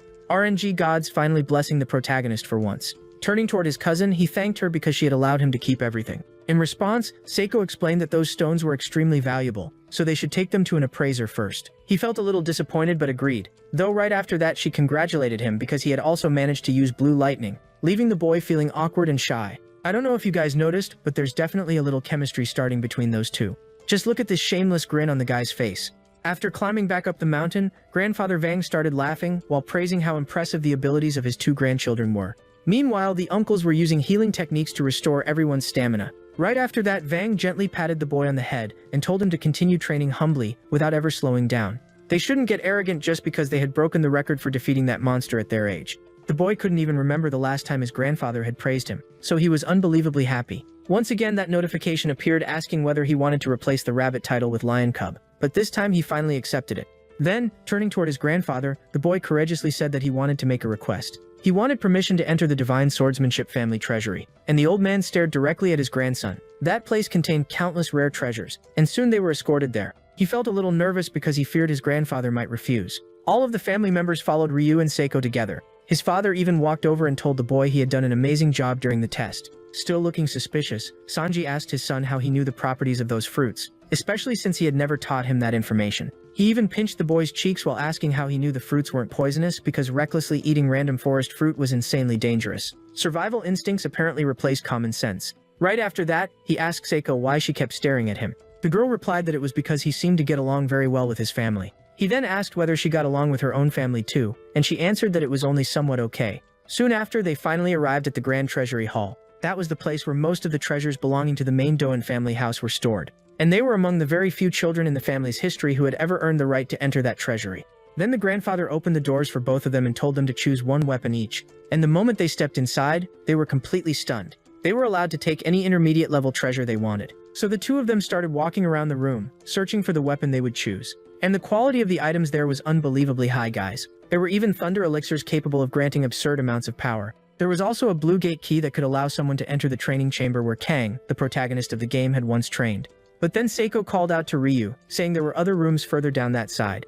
And just like that, she invited her cousin to go take a look. They arrived at an area filled with legendary swords. There was one sword in particular that immediately caught their attention. The boy knew that sword would eventually be used by the future leader of the divine swordsmanship family. He even told her that she should choose one of those legendary swords because it perfectly matched her fighting style. And the moment the girl looked at the sword she would wield later in the game's story, she became completely mesmerized. The boy already knew she would use that sword in the future during the game's storyline. Because of that, he was already imagining how she would react. He quickly grabbed the sword and told her she should definitely choose that item. Feeling a little shy, she asked whether he didn't want the sword for himself, but he refused. He even explained that the Mist Beast sword didn't really suit him because his powers were different from hers. As he handed the sword over to his cousin, he told her that it matched her perfectly. Then she gently touched the sheath, and with an adorable smile full of excitement, she said she absolutely loved the sword. He also smiled happily and told her to take good care of the weapon. Right after that, he started searching for a weapon that would suit his own fighting style. He simply took one step to the side and reached for a sword. That was the exact weapon he had chosen. He even wondered if the strange feeling he was experiencing right now was the same thing Seiko had felt a few moments earlier. It was almost as if the sword itself had chosen him. He could feel the blade calling out to him, and when he unsheathed it, he realized it was no ordinary sword. It possessed an incredibly powerful and durable blue blade. The stats of that sword were insanely high, loot rarity just casually breaking the system. And when Seiko saw the weapon, she immediately commented on how cool its design looked. The blade carried a reverse symbol of vulnerability engraved into it. He knew that simply by holding this weapon, his power level had already increased dramatically. With a sword like this, he could easily kill all of his enemies. But after remembering Ravana, he decided he didn't want to kill anyone because his goal was to guide the girl toward becoming peaceful. That meant he needed to set a good example himself. He even started rushing Seiko, saying they should hurry up and leave because everyone outside was already waiting for them, and now they would walk out carrying their brand new weapons. Outside the room, the grandfather praised them, saying both of them had made excellent choices. He even reminded them to take proper care of the swords because they were extremely powerful weapons. The boy nodded while gripping the sword tightly. Right after that, he called out to the patriarch. He explained that since he had obtained a new weapon, he also wanted a new form of training. Because of that, he wished to learn a technique directly from his grandfather. The moment everyone heard that, they were completely shocked. The guy really had guts, guys. Not only did he ask for a treasure, but now he was also requesting a sparring session with his own grandfather, the patriarch of the Zan family. Bro really unlocked fearless dialogue options overnight. But instead of getting angry, the old man laughed while stroking his beard and admitted that it had been a very long time since he last trained with his sons, let alone his grandchildren. He even declared that he wouldn't train only Ryu, but all of the grandchildren gathered there. Ryu bowed respectfully and thanked him for the opportunity. The only reason he was able to do something like this was because he had finally acquired the courage skill he had been searching for. Soon after that, they all headed toward the dojo to begin basic training. Sanji stood there cheering for our protagonist alongside his wife and Ryu's little sister, who was happily jumping around nearby. As he approached his son, the boy's father warned him to stay focused throughout the fight because Grandfather Vang would definitely not hold back. No matter what though, this was an incredible opportunity to train with his grandfather and learn new skills. After all guys, old Vang was considered one of the strongest people in the entire world. The boy stepped toward his grandfather, and after the old man drew a wooden sword, he told the boy to fight with his full strength. Ryu knew his grandfather was only testing him, but of course he wasn't going to use all his power because that might force the old man to respond with even more strength. After drawing his sword, he declared that he wanted to fight against the strongest swordsman in the world. The grandfather realized that his grandson truly possessed the determination to become stronger, and was no longer the timid little rabbit he used to be. The old man even became a little embarrassed by the praise and said he wasn't actually the strongest person in the world. However, he still wanted to demonstrate one of the basic techniques he knew. Since he also possessed the beast sword techniques, he decided to show them to his grandson.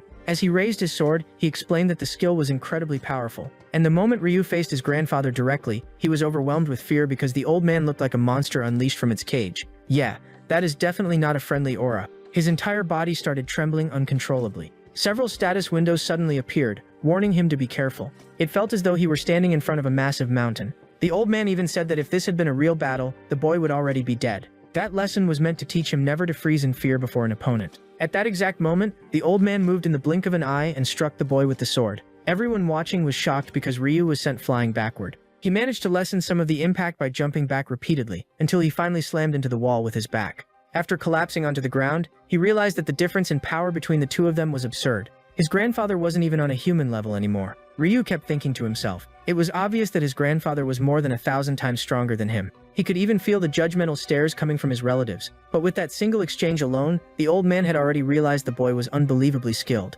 The attack had been insanely fast, yet Ryu still managed to block it using his own sword. At the last possible moment, he not only blocked the strike but also redirected the force of the attack, greatly reducing the impact. In other words, if the boy hadn't done that, the blow definitely would have knocked him unconscious. Lying flat on his back, he complained that he was out of breath. And while laughing, the old man admitted that his grandson was actually a terrifying child. The boy couldn't understand why the old man kept saying he was amazing. As he walked closer, the grandfather told him that he still had enough energy left to survive another strike. That was why he needed to stand back up. How am I supposed to stand up? You're trying to kill me at this point. However, he realized that his grandfather had finally acknowledged his potential, and at that same instant, a status window appeared before his eyes. He had obtained the courage skill at level 1, and he even thanked the system, saying that this reward was actually incredible. The grandfather looked at him and asked what exactly he was talking about. Trying to play it off, he quickly said that he wasn't planning to train again because his whole body was already completely wrecked. Sanji asked whether his son was really that injured, and after confirming that the boy was fine, he walked over to speak privately with his own father. After standing back up, the boy watched his father having that conversation. Thanks to Ryu's request, the old man had decided to train not only the grandchildren, but all of his sons as well. And Ryu realized that both his father and uncles were genuinely scared of training with Grandfather Vang. Honestly, understandable reaction. Once the training ended, Yuna ran over to her father, saying she was worried he might get hurt. Meanwhile, our protagonist became curious about what exactly his father had been discussing so seriously with his grandfather. However, Sanji simply patted his son on the head and said it was nothing important. Still, the boy remained suspicious because it definitely looked like his father had been talking about something serious. After that, we saw that the grandfather had truly stopped holding back during the training with his grandchildren, and every single one of them ended up injured, including Seiko. When it became Seng's turn, he was trembling in fear so badly that the moment he got hit, he was launched flying backward with blood pouring from his nose. And someone immediately took advantage of that opening to snap a picture. And of course, it turned out to be our protagonist sitting inside the car laughing because his cousin had gotten absolutely destroyed by the grandfather. The old man already knew that those two grandchildren were the strongest among them and would benefit the most from their new weapons. Inside the car, Ryu quietly gave thanks for the amazing day he had, since he had managed to become much stronger. Soon after, they returned home to begin another week filled with battles and training. That night, he was already resting in his room, and the boy was so happy about getting that sword that he literally slept beside it. Yuna was also sleeping while hugging her stuffed animal, but we could see that Lena was alone in her bed. That was because Sanji remained deep in thought after the conversation he had with his father. During that discussion, the old man had told Sanji that he needed to become stronger in order to protect his son Ryu. That was because his other brothers disliked Sanji and constantly caused problems for him. Because of that, he would need to become stronger and eventually stand against his own brothers. All of this was necessary if he wanted to keep his family safe. After all, fierce competition inside the Zan family was completely normal. He gripped the railing tightly and declared that he would become stronger. The next day, our protagonist was exchanging messages with Seiko, and he was surprised because she used incredibly cute emojis. He even found it funny because she normally acted like such a serious girl. But through text messages, she seemed surprisingly adorable. The two of them were chatting about how sore their bodies still were after the training. She replied almost instantly and asked if he was doing okay, even sending him a cute little cat emoji. And of course, that only made him think it was even stranger. He even started imagining his cousin wearing some cute cat outfit while sending those messages. Dangerous imagination territory unlocked. But then Ravana suddenly appeared and asked what he was doing, and he replied that he was texting his cousin. He explained that he had gone through extremely intense training, so both he and his cousin were dealing with sore bodies. However, the moment Ravina heard that he had been messaging another girl, she instantly became jealous and immediately asked if his cousin was pretty. And the boy casually answered yes, saying his cousin was very beautiful. At that moment, he started thinking about how ridiculously attractive all the characters in this game world were. And the very first person he imagined was Ravina herself after she grew older. But the girl became even more jealous, saying she didn't realize he was actually close to another girl. She even said that he didn't need Ravana anymore since he already had another girl worrying about him. Wait a second, are you jealous? She immediately denied it while turning her face away. But the boy actually felt happy because he realized she liked him too. So he turned toward Ravana and told her that she was beautiful as well, even prettier than his cousin. The moment she heard that, her face turned completely red from embarrassment, and she immediately started punching him repeatedly while insisting that she wasn't pretty at all, while he just laughed. Right after that, we could see that he ended up covered in bruises again. Critical hit, Tsundere combo attack. Class was about to begin, but Ravenna couldn't stop thinking about the possibility that he might grow closer to his cousins and eventually forget about her. At that moment, he suddenly mentioned that he had brought her a present, and the guy straight up pulled a sword out of his backpack saying he wanted to give it to her. Yes, guys, this absolute madman brought a sword to school and casually said it was so she could learn swordsmanship. Since she had been training with his family, he figured giving her a sword would be a good gift, and when she looked at the blade, she could see her own reflection staring back at her. She was scared to even hold such a weapon, and kept asking whether it was really meant for her, and he confirmed that it was. She genuinely loved the gift and even promised she would make good use of it. The other students found the whole thing fascinating and immediately rushed over to look at the cool sword, asking Ryu if he was really the one who brought it. The girl noticed that her friend was suddenly becoming extremely popular, and she became incredibly embarrassed. The boys started asking whether Ravenna was planning to become a hunter too, and they even commented on how awesome she was. As he looked at the girl, he realized she was finally starting to get along with her classmates. And that made him happy because in the original timeline of the game's story, everyone discriminated against her. That was why he felt so relieved seeing her smiling and fitting in with everyone. The scene shifts to a little later. He had already finished studying, but he mentioned that he wanted to keep studying longer because he still hadn't fully learned the subjects yet. But the moment he pulled out his book, a small letter suddenly fell out. It was a note decorated with 3 hearts, looking exactly like a love letter. He quickly picked it up. Then he started wondering who could have secretly hidden it inside his book, and Ravenna immediately started yelling in jealousy again. He even asked Ravenna if she knew who had placed the letter there, and she answered that she honestly had no idea at all. He even suggested that maybe it had been sent by someone who disliked him, but he couldn't think of anyone who would do that. Meanwhile, the girl was getting seriously nervous, and the worst part was that the envelope had heart stickers all over it. As soon as he opened the letter to read it, she became insanely curious. Guys, the note said that someone would be waiting for him on the rooftop after class because they had something important to tell him. The moment she heard that, her little ears perked right up so she could listen more carefully to what he was reading. She had also realized that Ryu had become extremely popular over the last few days because he was confident and also a hunter. On top of that, he belonged to a famous swordsmanship family, so naturally he was attracting attention from other girls. Because of that, she started imagining the possibility that one of those girls wanted to confess her feelings to him. But our boy seriously thought the whole thing was just a duel request. She instantly shouted after realizing her friend was unbelievably dense. Bro's romance stat is sitting at negative numbers. Poor Ravenna ended up walking home completely depressed. She kept remembering how Ryu thought the letter was meant for a duel. It was painfully obvious that a girl was trying to confess to him, and she had even told Ryu exactly that. Honestly, just imagining him getting a girlfriend and leaving her behind made her feel miserable. Even so, Ryu still said he planned to head to the school rooftop after classes to meet whoever sent the letter. And simply thinking about the possibility of it being a confession made her even sadder. She was completely confused, guys. She still didn't fully understand that she liked Ryu. And she also couldn't figure out why she was feeling this upset. So she stopped walking and started thinking about the possibility of Ryu getting a girlfriend. If that happened, maybe she wouldn't be able to stay friends with him anymore. Looking completely downhearted, she muttered that she absolutely didn't want that to happen. Then, after twitching her ears, she suddenly thought that maybe it really could be a duel letter after all. Maybe someone wanted to challenge Ryu, meaning he could end up in danger. The moment she considered that possibility, she immediately turned around and declared that she needed to run back to school to protect her friend. Yeah, she was definitely not just looking for an excuse to spy on him or anything. Meanwhile, Ryu eventually arrived outside the rooftop area. He took a deep breath to prepare himself and activated his detection sense technique.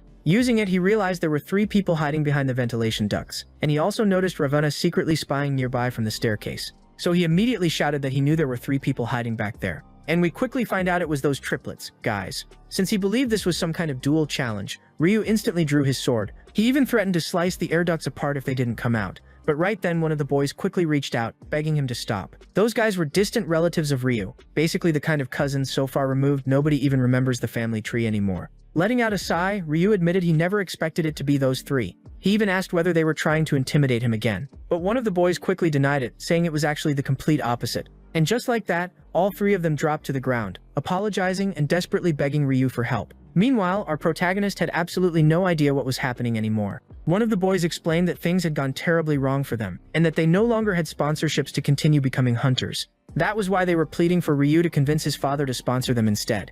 At that moment, our protagonist finally understood the situation. Ravenna was still secretly listening nearby, and when she realized it was only those 3 bullies, she immediately relaxed. Sung had been the one sponsoring those triplets, and after they lost badly to Ryu, Sung completely cut off their support. Our protagonist realized that the 3 of them no longer had any place to train because their families were poor, which was why they were desperately begging for forgiveness. But Ryu immediately realized this could become the perfect opportunity for revenge, and he angrily asked how they even had the nerve to request something like that from him.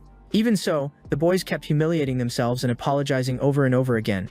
But what Ryu really wanted to know was why they delivered the message using that weird letter instead of simply introducing themselves directly. Especially since the handwriting looked super cute, which definitely wasn't something guys normally used. But the boys explained that they had asked a girl to write it for them. They even said they had left hints by placing 3 different stickers on the envelope. And according to them, the heart stickers were meant to symbolize how sorry they were, while they awkwardly struck some ridiculous pose. Ryu realized those guys were willing to completely destroy their own dignity just to earn forgiveness. Meanwhile, poor Ravenna was secretly watching all of this embarrassing nonsense unfold. Secondhand embarrassment damage activated. The boys continued humiliating themselves while desperately begging to be forgiven. And Ryu simply stood there watching the entire thing. At that moment, he realized he might actually be able to use those boys.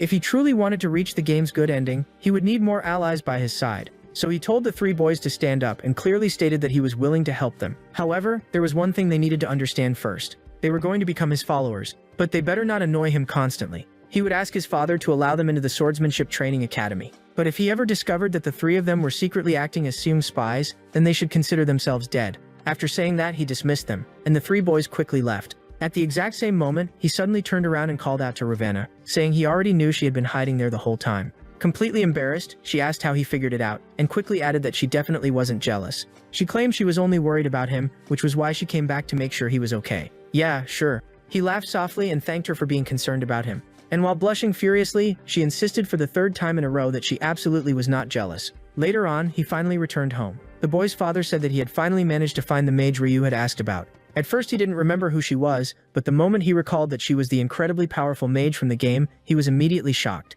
Her name was Aina, and she was a mage who had personally come to their house to perform an evaluation. At long last, the big day had arrived. Ravina came to his house very early in the morning since it was the weekend and a mage would be testing her abilities.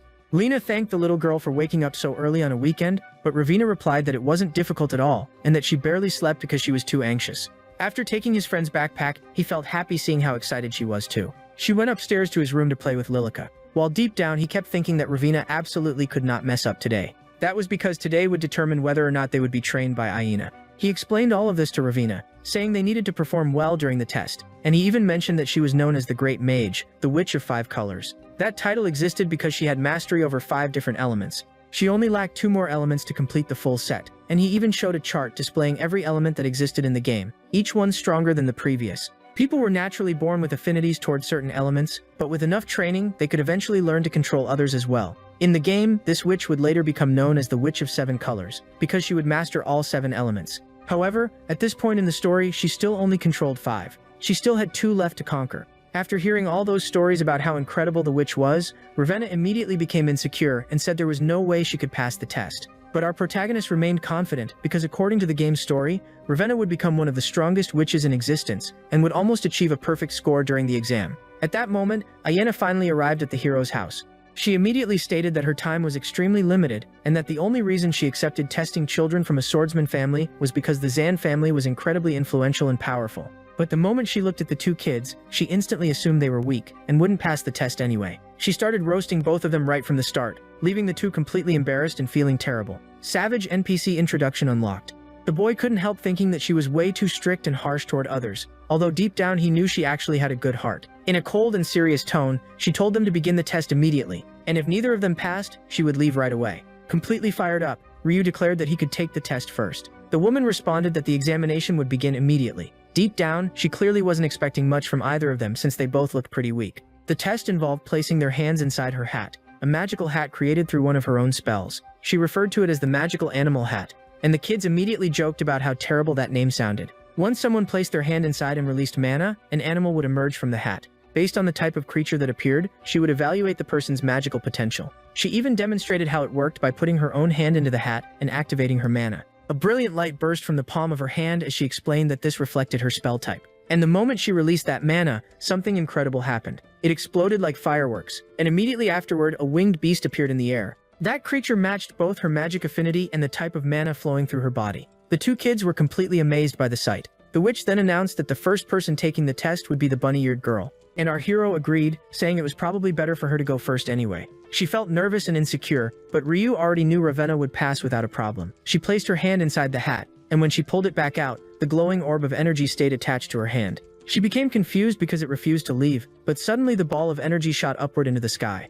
Everyone was shocked because the explosion was enormous. And remember guys, the larger the creature, the greater the mana capacity it represented. When they looked up, they saw a gigantic trunk descending from above, revealing a massive elephant. Ryu already knew his friend possessed a lot of mana, but he had no idea it was this absurd. Not only was it a gigantic monster of an elephant, but it also had an intense purple color surrounding it. Absolute raid boss energy. The woman immediately shouted at him to figure out some way to make the girl cancel the spell. They even started throwing random objects at the elephant, but nothing happened. The witch explained to the boy that the only way to undo the spell was through the person who originally cast it. But Ravina was completely frozen in shock, guys. She had never seen anything like this before. So our boy reached out his arm and gently pulled Ravina close against his body. She immediately became bright red, not knowing how to react. Then he told her to focus on the sound of his heartbeat because doing that would help her lose concentration on the spell. And that's exactly what she did, guys. She rested her ear against the boy's chest and started counting the beats of his heart. Because of that, the elephant spell slowly began to fade away. And just as they were about to get crushed beneath its feet,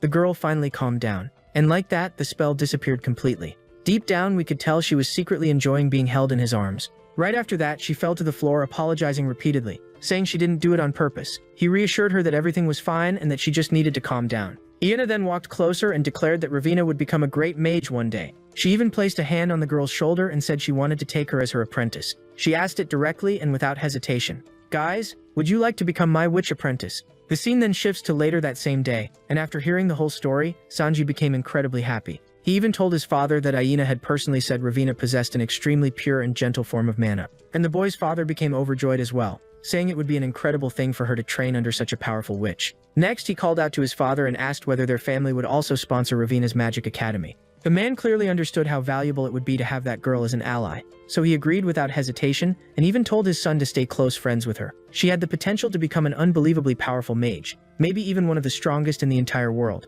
But our protagonist was secretly worried that she might devote herself completely to magic, stop practicing swordsmanship, and eventually drift away from him. Still, his father reassured him that they could continue helping her no matter what, and that she would never simply cast them aside. The boy was scared, guys, because he already knew Ravina's future. One day, she would become an evil witch driven by the desire to destroy the world. She would not stay this sweet and lovable forever. She was destined to become a villain. Changing the subject, his father asked how he himself had performed during the test. Lena and Yuna immediately got excited and started asking whether he had summoned a powerful beast too. The two kept bombarding him with questions, asking what kind of creature it was, whether it was huge, what color it had, and everything else imaginable. So he explained that he placed his hand inside the witch's hat and gathered mana into his palm. He had been unsure whether he would even pass the witch's evaluation, but in the end he released the magic upward. A brilliant flash erupted, and from it appeared a giant paw covered in white fur. The three of them were completely stunned because the creature turned out to be a lion with the face of a rabbit. When he described it to his family, they looked absolutely shocked, and his little sister even said it looked ridiculously weird. In other words, he had successfully passed the witch's test. She even told him that his summoned creature was one of the strangest beings she had ever seen. And to make things even funnier, everyone burst out laughing because it basically looked like some kind of rabbit-cat-lion hybrid. Even Ayana became interested and said she wanted to train him just to discover what kind of magic he would eventually develop. On top of that, his attribute was light, while Ravina's was darkness, which were precisely the final two elements she needed in order to master every existing element. The boy honestly found it a little embarrassing that he had manifested a bunny lion. But returning to the present, after telling everything to his family, he became fired up and declared that he would grow much stronger. And so, their training under the Witch of Five Colors officially began. A long time passed after that, guys. Our protagonist's father managed to obtain a far more important position within the family company, and everyone congratulated him for it. Meanwhile, our hero found the whole thing strange because he had unintentionally started changing the original storyline of the game. He even suspected that all of this was happening because of his influence.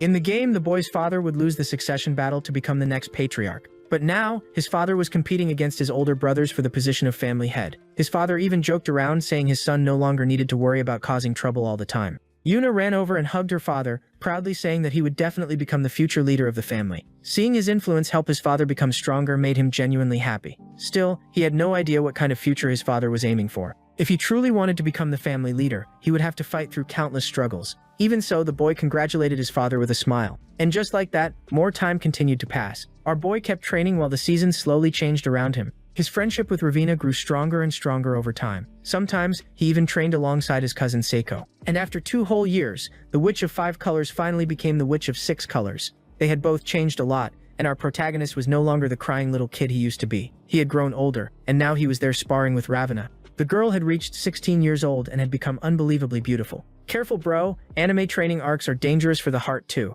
He himself had become much stronger as well, and although his magic was not suited for direct attacks, he learned how to use mana to enhance the power of his sword strikes. He only had 1 year left before the game's main events would finally begin. And unlike the video game, where he could simply reload a save file after dying, this world worked very differently. He knew that if he died here, everything would truly be over. Ravana asked just how strong he intended to become since he spent every waking moment obsessed with training. While wiping away his sweat, he told her that he wanted to become as powerful as possible. Just remembering the overwhelming strength of his grandfather made him realize how long his road still was before reaching that level. Even if he trained for 100 years, surpassing his grandfather would still be incredibly difficult. That was exactly why he refused to give up. Ravana then admitted that, now that she thought about it, he was probably right, and no matter what happened, she would always stay by his side cheering him on. Hearing those words made the boy grow slightly embarrassed, and with a small smile he told her he wanted that to be a promise, that she would never abandon him. He already knew that in the game's storyline, Kang, the future protagonist, would have Seiko as his main ally.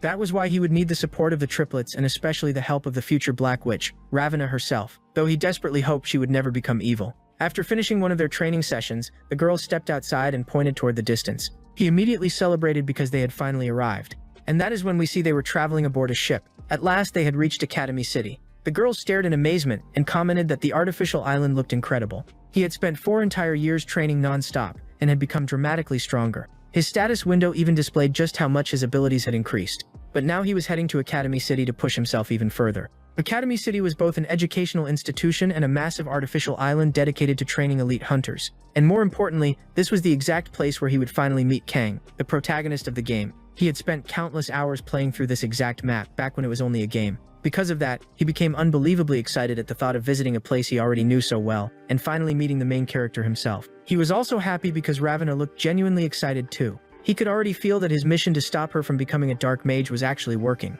Ever since she was little, she had dreamed about coming to this Academy City to train. She was always asking questions about what the place looked like. And now that they were finally arriving, the boy told her that her dream was about to come true. He even reminded her how, years ago, she constantly talked about this place non-stop. Remembering that made her blush from embarrassment. Right at that moment, they suddenly heard someone getting sick nearby. When they turned around, they realized it was the 3 triplets. The group immediately looked disgusted because the guys were throwing up everywhere. Bro lost a battle against the boat ride itself. And just like that, they finally arrived in the city. The place was filled with magical portals everywhere, leaving Ravana completely fascinated. One of the triplets showed up complaining that he needed to go straight to the hospital. The poor guy claimed he had practically vomited out his soul already, and thanked heaven they made it there alive. Ravana then asked whether they wanted her to cast a spell to cure their motion sickness, and the boys instantly got mad, demanding to know why she had not mentioned that earlier. After a while they started searching for the Academy district where they would be studying. Area 23 was located on the opposite side. At that moment, they turned toward the voice and noticed a beautiful girl asking whether they were also heading to the Golden Dragon Academy entrance exams. Ryu told the newcomer that they were there to apply to the Golden Dragon Academy and asked if the blonde girl was heading there as well. She was actually an extremely important character in the story. And although she was cheerful and kind, she constantly claimed that she was shy and easily embarrassed. She always described herself as an introvert, but that was a complete lie, guys. She was so outgoing that people had even given her the nickname of the lovable liar. Our hero already knew how friendly she was, how many friends she had, so he immediately greeted her and introduced himself. She replied that her name was Gabby. With a warm smile, she said they should compete fairly and avoid trying to trick one another. Right after that, she turned toward Ravana, complimented her hair, and asked for her name. But the girl standing beside him became incredibly flustered and even hid behind Ryu. Looking slightly annoyed, she told the protagonist to find a way to stop people from noticing her because she hated being the center of everyone's attention. Ryu jokingly remarked that Gabby looked like a puppy chasing after a tiny rabbit. And Gabby kept going on about how unbelievably adorable Ravana was. At that moment, one of Gabby's friends called out to her, and the cheerful girl waved goodbye to the protagonist group, saying she hoped they could talk again later. He said farewell to her, while Ravana quietly waved from the background. Now it was finally time to head to the academy. Inside the bus, the twins were in high spirits, but the protagonist seemed lost in thought. In truth, he was worried. There were numerous magical portals scattered across the island, and there were likely even more floating in the sky above the Academy City. If those portals remained open, the erosion rate affecting them would continue to increase. And if that happened, it would mean the story was moving toward its bad ending. Since the game's main storyline was rapidly approaching, he knew he needed to become stronger as quickly as possible. He refused to let this world be destroyed. Eventually, they arrived at the room where the entrance examination would take place. One of the Academy staff members explained that before Ryu could receive his testing badge, he first had to complete a registration form. But that guy looked so intimidating that several students ran away crying the moment they saw him. Ravana asked what was going on, and Ryu explained that some people were simply terrified of submitting the paperwork. One of the agreements they had to sign stated that they would not file complaints even if they died from a fatal injury. In other words, guys, attending this academy could literally get you killed, but he assured Ravana not to worry because neither of them would go down that easily. At that moment, someone with a powerful aura caught Ryu's attention. He quickly realized it was his cousin Singh, and it made sense that he was there since they were the same age. He even found himself thinking that this cousin of his would cause him plenty of trouble in the future. After finishing the paperwork, they headed over to an information board to find out where the orientation would be held. Ravenna commented that the test card looked more like a medallion, and she found it strange because they had been told it would be distributed 1 week before the exam. However, our hero explained that wasn't the case at all because the examination was actually beginning right there and then inside the auditorium. As soon as they entered, someone announced that the test had already started. The reason they had received the card at the last minute was because the entire thing was meant to surprise the participants. The instructor displayed the card, which looked more like a badge engraved with the academy's name, and explained that they would undergo various tests. Depending on the badge's color, it would also indicate their level of strength, with black representing the highest rank. They would have 1 full week to complete numerous challenges spread throughout the city. That badge, which served as the test card, also tracked their vital signs. Its purpose was to monitor the physical condition of every participant. They were also forbidden from staying too far away from the badge for extended periods, or they would receive penalties. In a serious tone, the instructor announced that his explanation was coming to an end. Everyone present looked somewhat nervous, still unsure about how the examination actually worked. They would have to prove their qualifications using every skill at their disposal. With that, he wished everyone the best of luck. Ryu and Ravina felt quite confident about completing the week's challenges. Filled with excitement, the twin TRs asked whether they would tackle the tests together, but the protagonist told them to wait a moment. We'll be taking the tests separately. Meanwhile, the other applicants were deciding whether to form pairs, create groups of 3, or complete the challenges on their own. The protagonist explained that if all of them stayed together, everything would become 5 times harder because they would have to complete 5 times as many evaluations. Bro was already optimizing the speedrun. For that reason, it would be better for the twins to handle only the 3-person requirements. Meanwhile, the protagonist and Ravina would complete the tasks assigned to the 2 of them. Truth be told, our guy just wanted an excuse to spend time alone with the girl, guys.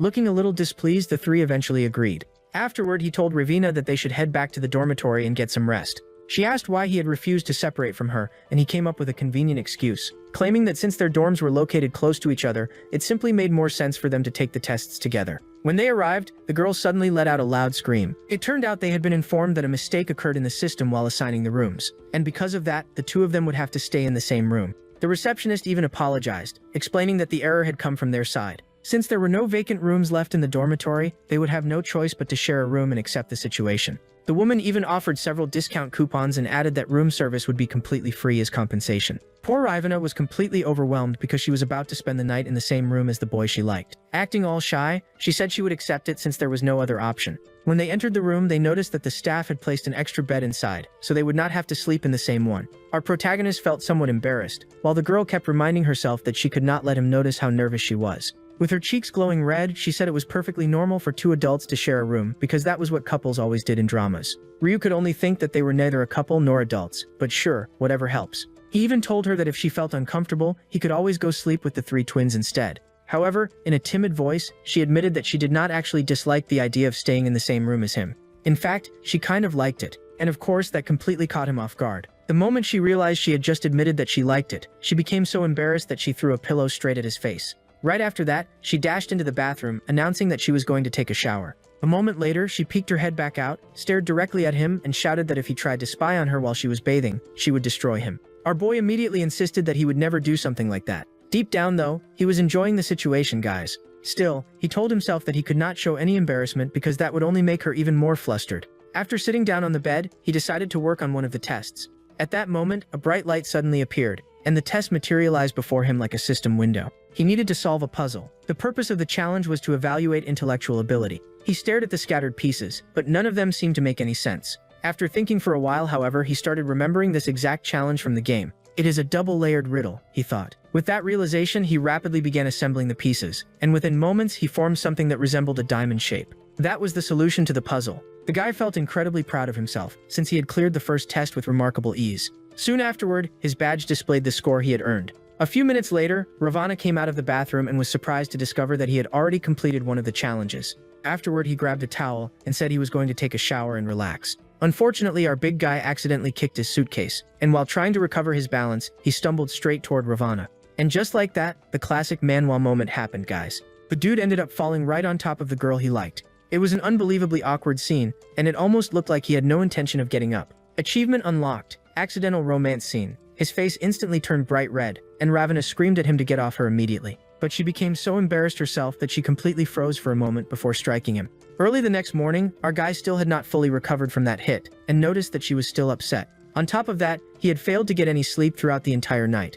This happened whenever residual mana was unconsciously released by humans and mixed with the pure mana present in the environment. That process eventually created dimensional cracks. Those cracks produced strange noises that prevented Ryu from sleeping. People who possessed far more mana than ordinary individuals would unconsciously release impure mana into their surroundings. And that was exactly what caused those magical rifts that monsters emerged from. Since Ravenna possessed an enormous amount of mana, she had unknowingly created those noisy cracks that kept him awake all night. As he looked at her, he could tell she was genuinely still angry about what had happened the previous evening. At that moment, he suggested that they should split up while completing the tests, and she immediately became upset and demanded to know why. He explained that separating would allow them to complete more tests in a shorter amount of time. She stubbornly insisted that she did not want to be apart from him. He had only brought it up to see whether she would get upset by the idea, and after seeing her reaction, he decided they could think about it later. Later on, they continued taking additional tests. Eventually, a challenge appeared that even Ryu was not entirely sure how to solve. The system window displayed nothing but several white dots arranged in what seemed to be a regular pattern.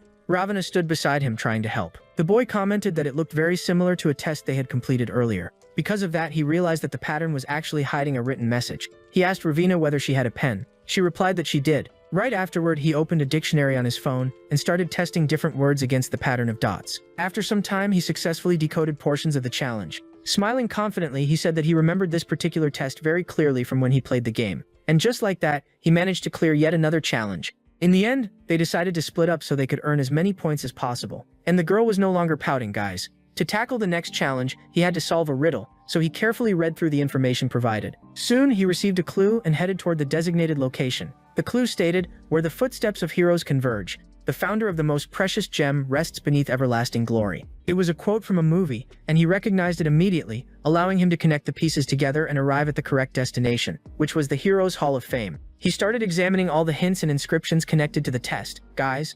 Eventually, he remembered exactly how this challenge worked in the game and knew it had something to do with a bronze statue. Since the first clue mentioned footprints, he figured he needed to find a statue that had visible feet. When he got closer, he noticed a diamond-shaped mark, identical to the figure he had assembled during the first test. That was how he found the piece he needed. The moment he brought his badge near it, the symbol began glowing brightly, and another challenge was successfully completed. As the days passed, he continued clearing one test after another, including several that involved physical activities. He accumulated so many points that his amulet changed colors from white to gold, then green, and eventually reached the highest possible rank. He even managed to attain the blue tier. When he met up with Ravina, she proudly revealed that she had also reached the blue rank, which was the maximum color attainable during that phase of the challenge. However, something soon caught her attention. She pointed out that several hyenas seemed to be watching them. A status window suddenly appeared, asking whether Ryu wished to replace his rabbit title with the lion cub title. So he jokingly told the bunny girl that they were about to hunt some hyenas for a snack. Bro switched factions and picked predator mode. With that, they began running from the other competitors. Apparently, there was a rule allowing participants to steal other competitors' amulets and claim their points. They had completely forgotten about that rule, but it had always been part of the exam, which explained why they were being chased. Ravina ended up cornered in an alley, and the other competitors arrived, confidently declaring that there was nowhere left for them to escape. Ryu simply laughed and asked whether they truly wanted to go through with this.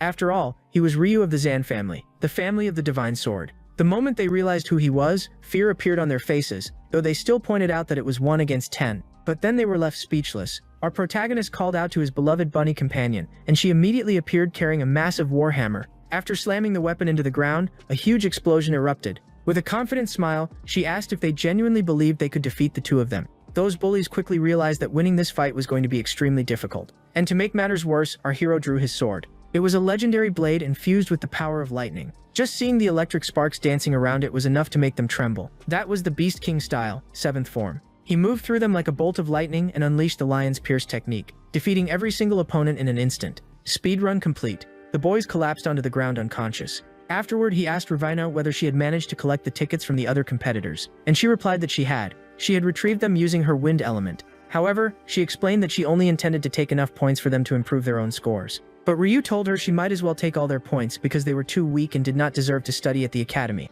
After collecting all the amulets, he stepped forward and activated one of his sword techniques. Then he simply sliced through every single medal owned by those competitors. The defeated boys demanded to know why he had done that, and Ryu casually replied that he had no interest in keeping points obtained from weak people, while Ravina stood in the background completely confused. According to him, they lacked the talent required to become hunters. Because of that, they did not deserve admission into the academy. Ravina was genuinely shocked to hear him speak so harshly, and in the end, the others even shouted at him, calling him a demon. 2 days passed, and at last the day of the practical examination arrived. They submitted their tickets and officially secured their spots in the next stage. They had earned black amulets, the highest possible rank, proving that they belonged to the strongest class. Ryu explained to Ravina that the practical exam would take place across several locations and involve a huge number of participants. The truth was that she was worried about getting lost. With that, they headed toward the retreat center. Upon arriving, they immediately noticed that a large crowd had already gathered there, and Ryu quickly became concerned. The reason was simple: the competitors present looked incredibly powerful. Ravina even hid behind him nervously because everyone there seemed to be staring directly at them.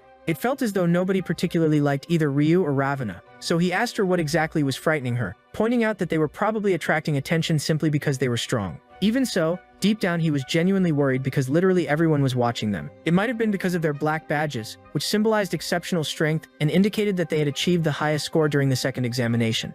At that moment, Ravina realized that people were whispering about her bunny ears and discussing the fact that she was the disciple of the seven-colored witch. The crowd continued gossiping, claiming that she was only interested in benefits and that the only reason she stayed close to Ryu was because he belonged to one of the 10 legendary families. Some people started saying that she was truly amazing because she was Luna, the disciple of the seven-colored witch, and hearing that made her blush from embarrassment. At that moment, Ryu realized that she was actually more famous than he was, but then he suddenly heard someone mention his name. It was a girl saying that he was Ryu of the Dozan family, a member of one of the most powerful clans, and that he was also highly skilled in martial arts. However, another guy immediately argued that he was nothing more than a little bunny from a divine family, leaving him completely frustrated. It seemed that Ravina's reputation was genuinely greater than his. Even while he was moving away from the crowd, he could still hear people talking about how weak he supposedly was. However, one of the girls pointed out that many people now called him the lion cub. That was because he was no longer the frightened little rabbit he used to be and had become a promising young warrior. After hearing that, he silently vowed to prove to everyone that he was no longer the coward they remembered. At that moment, he heard someone calling his name, and when he turned around, he saw the twins accompanied by Bia. Smiling brightly, the girl said she had been waiting for them and even asked whether the two of them remembered her. Ryu walked over and replied that of course he did. Bia commented that she had no idea the two of them were so famous, and mentioned that some of her friends had been talking about how incredibly popular they were. She also revealed that there was another applicant competing for admission who belonged to one of the legendary families. Then she subtly pointed in a certain direction, and told Ryu to take a discreet look over there. Ryu noticed a boy dressed in a black uniform. That young man was named Honda, and he belonged to the Zhang family, one of the 10 legendary families. Bia even mentioned that Honda had been watching Ryu the entire time. Our protagonist knew very well that this guy was extremely powerful because he was a direct descendant of the Zhang family. He was also one of the companions in Kang's group, the protagonist of the game. While Ryu was recalling all of this information, the boy suddenly began walking toward him. A moment later, Honda stopped right in front of Ryu. With a serious expression, he asked whether this boy truly belonged to the Zan family, the clan known for divine swordsmanship, while staring him down with an intimidating gaze. Then, almost instantly, his expression changed, and he smiled, introducing himself as Hong, and saying that it was a pleasure to meet him. Our protagonist already knew that this guy was actually friendly, so he immediately reached out his hand and introduced himself as well. The guy even invited our protagonist to train together with him, but Ryu knew that this person was obsessed with training. He had become fixated on Kang, the protagonist, and constantly chased him around asking for sparring sessions. Because of that, Ryu knew he could not accept the offer, and started coming up with various excuses. At that moment, one of the instructors arrived alongside several students. The man wearing glasses told them to bring that item over, and shortly afterward, a small truck rolled in carrying multiple boxes. The students could barely hold those tiny containers. Ryu wondered why the object's size had been reduced even though its mass remained exactly the same. The students watching nearby had absolutely no idea what he was talking about. One of the boys even picked one up and started laughing. Bad idea detected. At that moment, one of the instructors noticed what he was doing and immediately used his power on the student who was laughing. The boy instantly collapsed unconscious, and the instructor calmly announced that he had been disqualified. The senior students quickly grabbed him and carried him away. Our protagonist began wondering where Seika, his cousin, was and whether she had already completed this examination. She was also helping with the event since she was a senior student and had taken the same test 2 years earlier. She was also a member of the student council. Ryu commented that this role suited her personality perfectly. The instructor announced that he was about to activate the device and ordered everyone to step back. At that moment, the boxes began shining with an intense blue glow before suddenly cracking apart. Nobody understood what was happening, and unexpectedly, those tiny boxes transformed into enormous gates. The gates were numbered from 1 through 5. The instructor then explained that the next challenge consisted of pushing open these giant gates and passing through them. The purpose was to evaluate both physical strength and the amount of mana possessed by each participant. This year, the number of applicants was approximately 13,429, meaning there were 4 to 5 times more candidates than available spots. Because of that, creating such a difficult test was essentially a way to filter out and reduce the number of applicants. Many students immediately failed the challenge and were eliminated. Only 200 participants had managed to obtain black tickets, representing merely 1.6% of all candidates.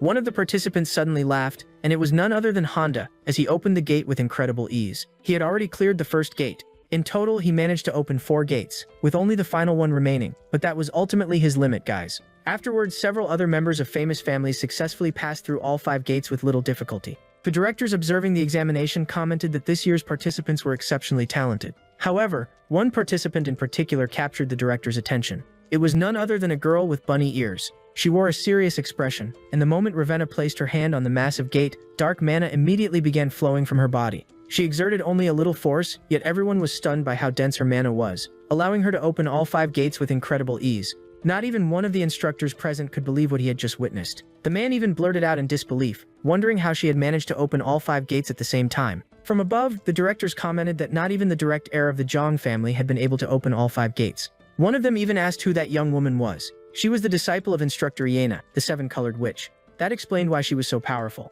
Iena simply laughed and remarked that she was incredibly fortunate to have students like that. After finishing her test, Ravenna immediately ran over and hid behind Ryu because she felt embarrassed about being the center of attention. Her status window showed remarkably high attributes, and on top of that, she possessed 84 mana points, which was considered exceptional for someone her age. Now it was Ryu's turn to take the test. He stepped in front of gate number 1. He even broke into a cold sweat because the gate looked much larger than he had expected. Without hesitation, he unleashed all of his mana and opened the first gate with ease. After that, he moved on to the second gate, and then the third. Everyone watched anxiously as he continued until he reached the 4th gate. This one was not nearly as easy as the previous 3. At that moment, he began feeling something strange happening inside his body. It felt as though he had already exhausted all of his mana. He even started feeling disappointed in himself and thought that this was his true limit. Still, something felt wrong because Ravenna had managed to open all 5 gates in a single attempt. Then he realized the truth. The hidden dark element mana Ravenna had released was still lingering within those gates. Since his own mana was aligned with light, he was essentially being drained by it.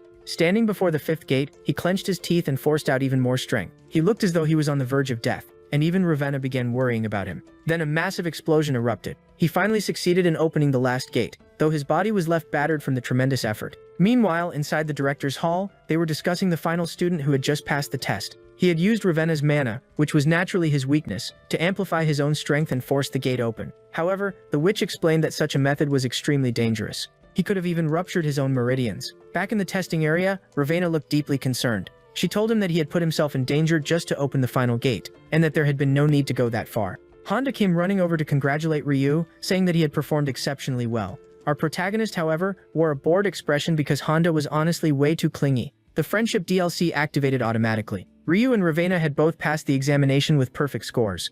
Naturally, that achievement caught the director's attention. The next stage of the tournament would take place inside a magical portal. It would be a practical examination lasting nearly 6 hours. Their objective was to reach the summit of a mountain by any means necessary. Of course, some participants could already fly and reach the top with little effort. Others possessed ice powers and simply froze the lake before crossing it. And naturally, there were those who relied on much more straightforward methods, like our protagonist. Even Ravenna pointed out that he could be a bit reckless whenever he focused on accomplishing a goal. He mentioned that some kind of barrier was maintaining the thick fog surrounding the area. The girl suggested that numerous spells had probably been used to expand the barrier and block everyone's visibility. They only had a few minutes left to reach the mountaintop, so they needed to hurry. At that moment, he noticed something lying on the ground. It appeared to be a trap. The instant he saw it, an idea came to mind, and he started laughing. Only 10 minutes remained. Meanwhile, the 3 girls from the divine families were arguing over who had arrived first. Some of the instructors pointed out that the 2 most promising students still had not reached the summit. But at that moment, we discovered that Ryu had come up with a brilliant plan. He intended to use the trap to launch himself into the air.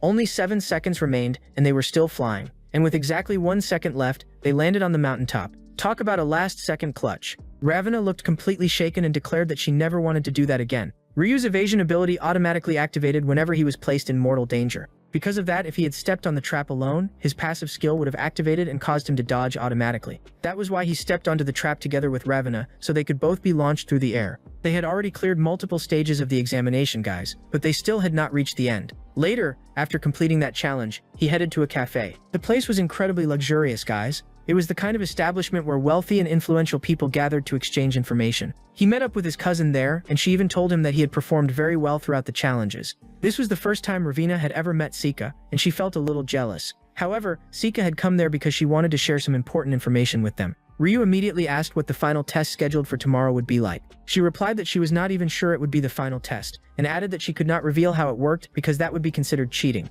However, since she had taken the exam herself in the past, she had gained some useful knowledge and was willing to give him a few hints without being unfair. She explained that every year the practical entrance exam focused on the ability to freely control the manifestation of mana. She went on to say that the instructors wanted to see whether candidates could use their bodies like a switch, turning their mana on and off at will. Since she was both his cousin and a senior student, this was about as much advice as she could provide, because sharing any more information would cross the line. By then, night had already fallen. Outside, Ryu thanked his cousin for the information and said that he would meditate on it together with Ravenna. She also warned him that the island became extremely dangerous after dark, and advised him not to wander around outside. After all, a creature known as the ghost spider was active in that area. We then see that the ghost spider had already claimed another victim. People screamed in agony as she calmly declared that she would turn them into her dolls. She even leaned close to a girl and whispered that there was no need to scream so loudly. Yep guys, the new villain has officially entered the story. The following day they headed to the Dimensional Hall. The instructor announced that the fourth round would take place inside the same artificial portal.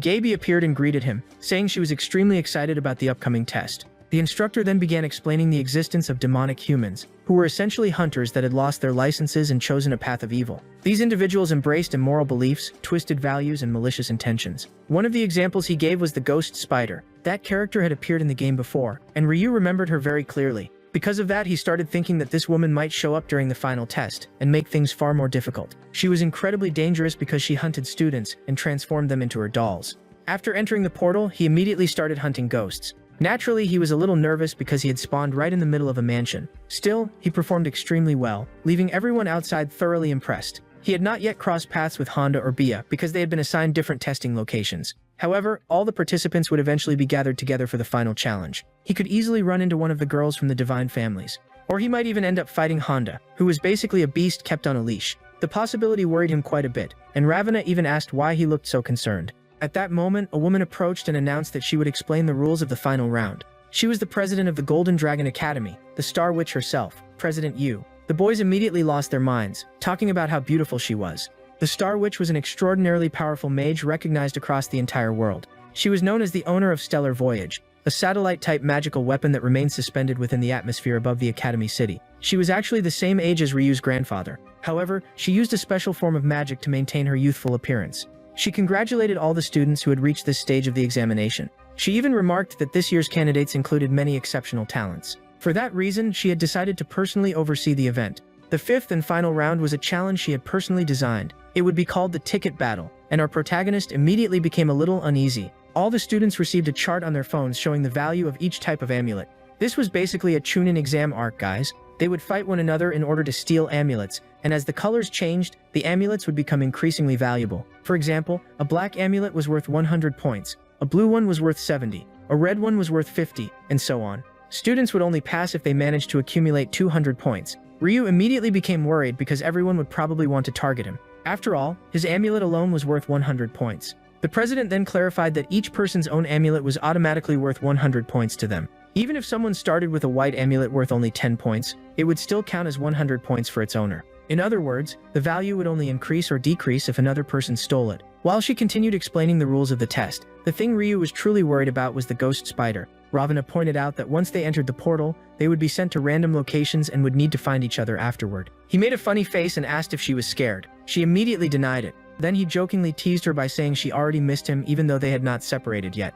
She responded with an adorably annoyed expression. At that moment, something caught his attention. He told her not to get hurt because he would be genuinely worried. He even added that if anyone tried to mess with her, she should simply take them down. Soon afterward, they were transported into the portal. The moment he arrived, he felt that someone was nearby. The test would last approximately 6 days, so finding a safe place to spend the night would be important. He was worried about both Ravana and himself. Then, all of a sudden, he froze in shock. His evasion skill activated instantly, causing him to dodge at the very last second. He immediately realized he was under attack, and the moment he saw that scythe, he already had a good idea of who it belonged to. Without wasting any time, he drew his sword. The girl casually explained that she had simply attacked the first person who appeared in front of her. But once she realized it was Ryu from the Ozen family, she became even more excited, or so the girl claimed. She was Yuri of the Na family, one of the most troublesome families during the later stages of the game's story. She kept addressing Ryu in a strangely affectionate way, and he immediately asked why she was talking to him like that. He even pointed out that they had only met the day before, so acting that familiar made absolutely no sense.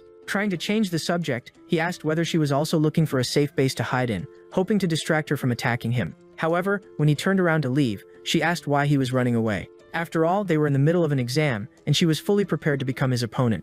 Taking a fighting stance, she admitted that it might be annoying, but she still intended to defeat him. Besides, he was someone attracting a great deal of attention. Because of that, she wanted to see exactly how strong he was. And if she managed to beat him, she would earn even more merit. The girl charged straight at him, while he prepared himself to draw his blade. Meanwhile, another participant had already defeated 2 students. She even commented that the test had been ridiculously easy so far. Not long afterward, she started taking down even more participants with ease. Overflowing with confidence, she declared that these kids were nowhere near her level. Meanwhile, Honda was having a rough time against another girl. She belonged to the Cha family and possessed special eyes as well. Using her ocular abilities, she was able to analyze Honda's entire power structure. Watching from afar, the ghost spider remarked that these girls were incredibly powerful. She thought they would make wonderful additions to her doll collection. Yeah, definitely not a friendly hobby. Meanwhile, Yuri continued her battle against Ryu. He successfully dodged every attack she threw at him, but he knew he could not win by doing nothing but evading. At that moment, she hurled her scythe toward him. Seeing the opening, he realized it was the perfect chance to launch a counterattack.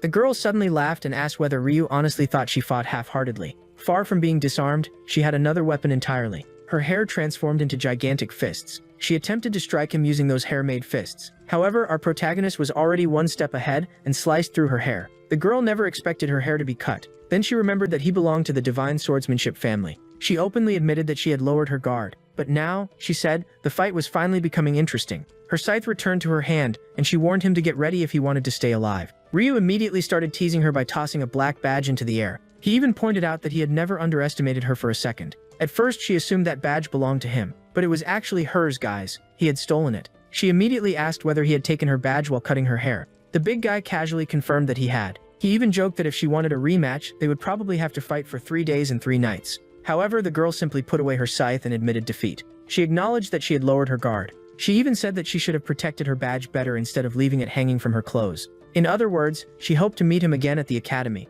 Before leaving, she also announced that she would continue hunting other competitors. Ryu was genuinely surprised because, honestly, that had been way too easy. He had already met the requirements to pass the exam. After all, he had successfully accumulated 200 points. He even found himself wondering whether Ravenna was doing well too. Meanwhile, the girl was fighting against numerous other participants. Holding her enormous hammer, she explained that she had only defeated that girl because the other person had been the one looking for trouble. We then see that her opponent was one of the red-haired girls. This girl was named Erin. She belonged to the M family and insisted that she could not accept such a humiliating defeat. She had been certain she would attack first and force Ravenna into a disadvantageous position. She even concluded that she had lost because Ravenna happened to be one of the disciples of the seven-colored witch. Ravenna calmly walked over and took her black badge. The redhead desperately told Ravenna not to take it away, but the rabbit girl explained that she had no choice. Then she simply turned around and left. The red-haired girl felt utterly humiliated. She had been defeated by someone who did not even belong to a famous family. Soon she began crying and saying that she simply was not good enough. The next morning, our protagonist woke up and stretched. A system window displayed how many badges were currently located in his area. Its entire purpose was basically to encourage the participants to fight each other. There was also a radar that warned them whenever someone was getting close. Because of that, what Ryu really wanted was to get away from the conflict zone. Meanwhile, poor Ravenna could not stop screaming because people kept coming after her one after another. Ironically, thanks to that, she ended up collecting a huge number of badges. By the way, she had also started looking for Ryu because she was already missing him. At that moment, a blonde girl suddenly appeared. Ravenna froze for a moment because that girl was unbelievably beautiful. Ravenna remembered Ryu mentioning that this girl was actually a princess. Around 200 years ago, during the era known as the Great Revolt, something significant had happened involving the World Tree. That kingdom was known as the Grace Empire. The girl's name was Lisa, and she was said to be the princess of the Empire of Grace. Ravenna immediately panicked, saying there was no way she could fight against a princess. The blonde girl then asked whether Ravenna was a disciple of the seven-colored witch. Nervously, the little rabbit girl answered that she was. The princess then said she wanted to be treated the same way as everyone else. And if they ended up fighting, she wanted Ravenna to face her as an equal. Ravenna started stuttering and the princess found her reaction rather unusual. She became so embarrassed that her cheeks turned bright red. The princess extended her hand and asked whether Ravenna would like to form an alliance with her since they seemed to get along quite well. Ravenna knew perfectly well that trusting strangers was dangerous. Still, the princess appeared to be someone she could rely on. However, she had learned from Ryu that she should always be cautious when making friends with fellow competitors. But since the princess seemed genuinely kind, she reached out her hand and agreed to partner up with her. Meanwhile, Ryu was wandering around alone while searching for Ravenna. By that point, he had already defeated numerous competitors who had teamed up in an attempt to eliminate him. In total, he had accumulated 500 points. Soon, the Academy's supply crates were dropped into the area. Our guy immediately took off running, determined to collect as many supplies as possible. One of the crates had landed nearby. When he arrived, he came face to face with that incredibly friendly girl. She told Ryu that she had become friends with several other participants and that they were all working together. She even invited our protagonist to join her team. At that moment, he realized once again just how charismatic she really was. She even mentioned that she planned to share the supplies equally among everyone in her group. Then she asked Ryu how many points he had managed to gather from badges. He casually replied that he had earned a decent amount.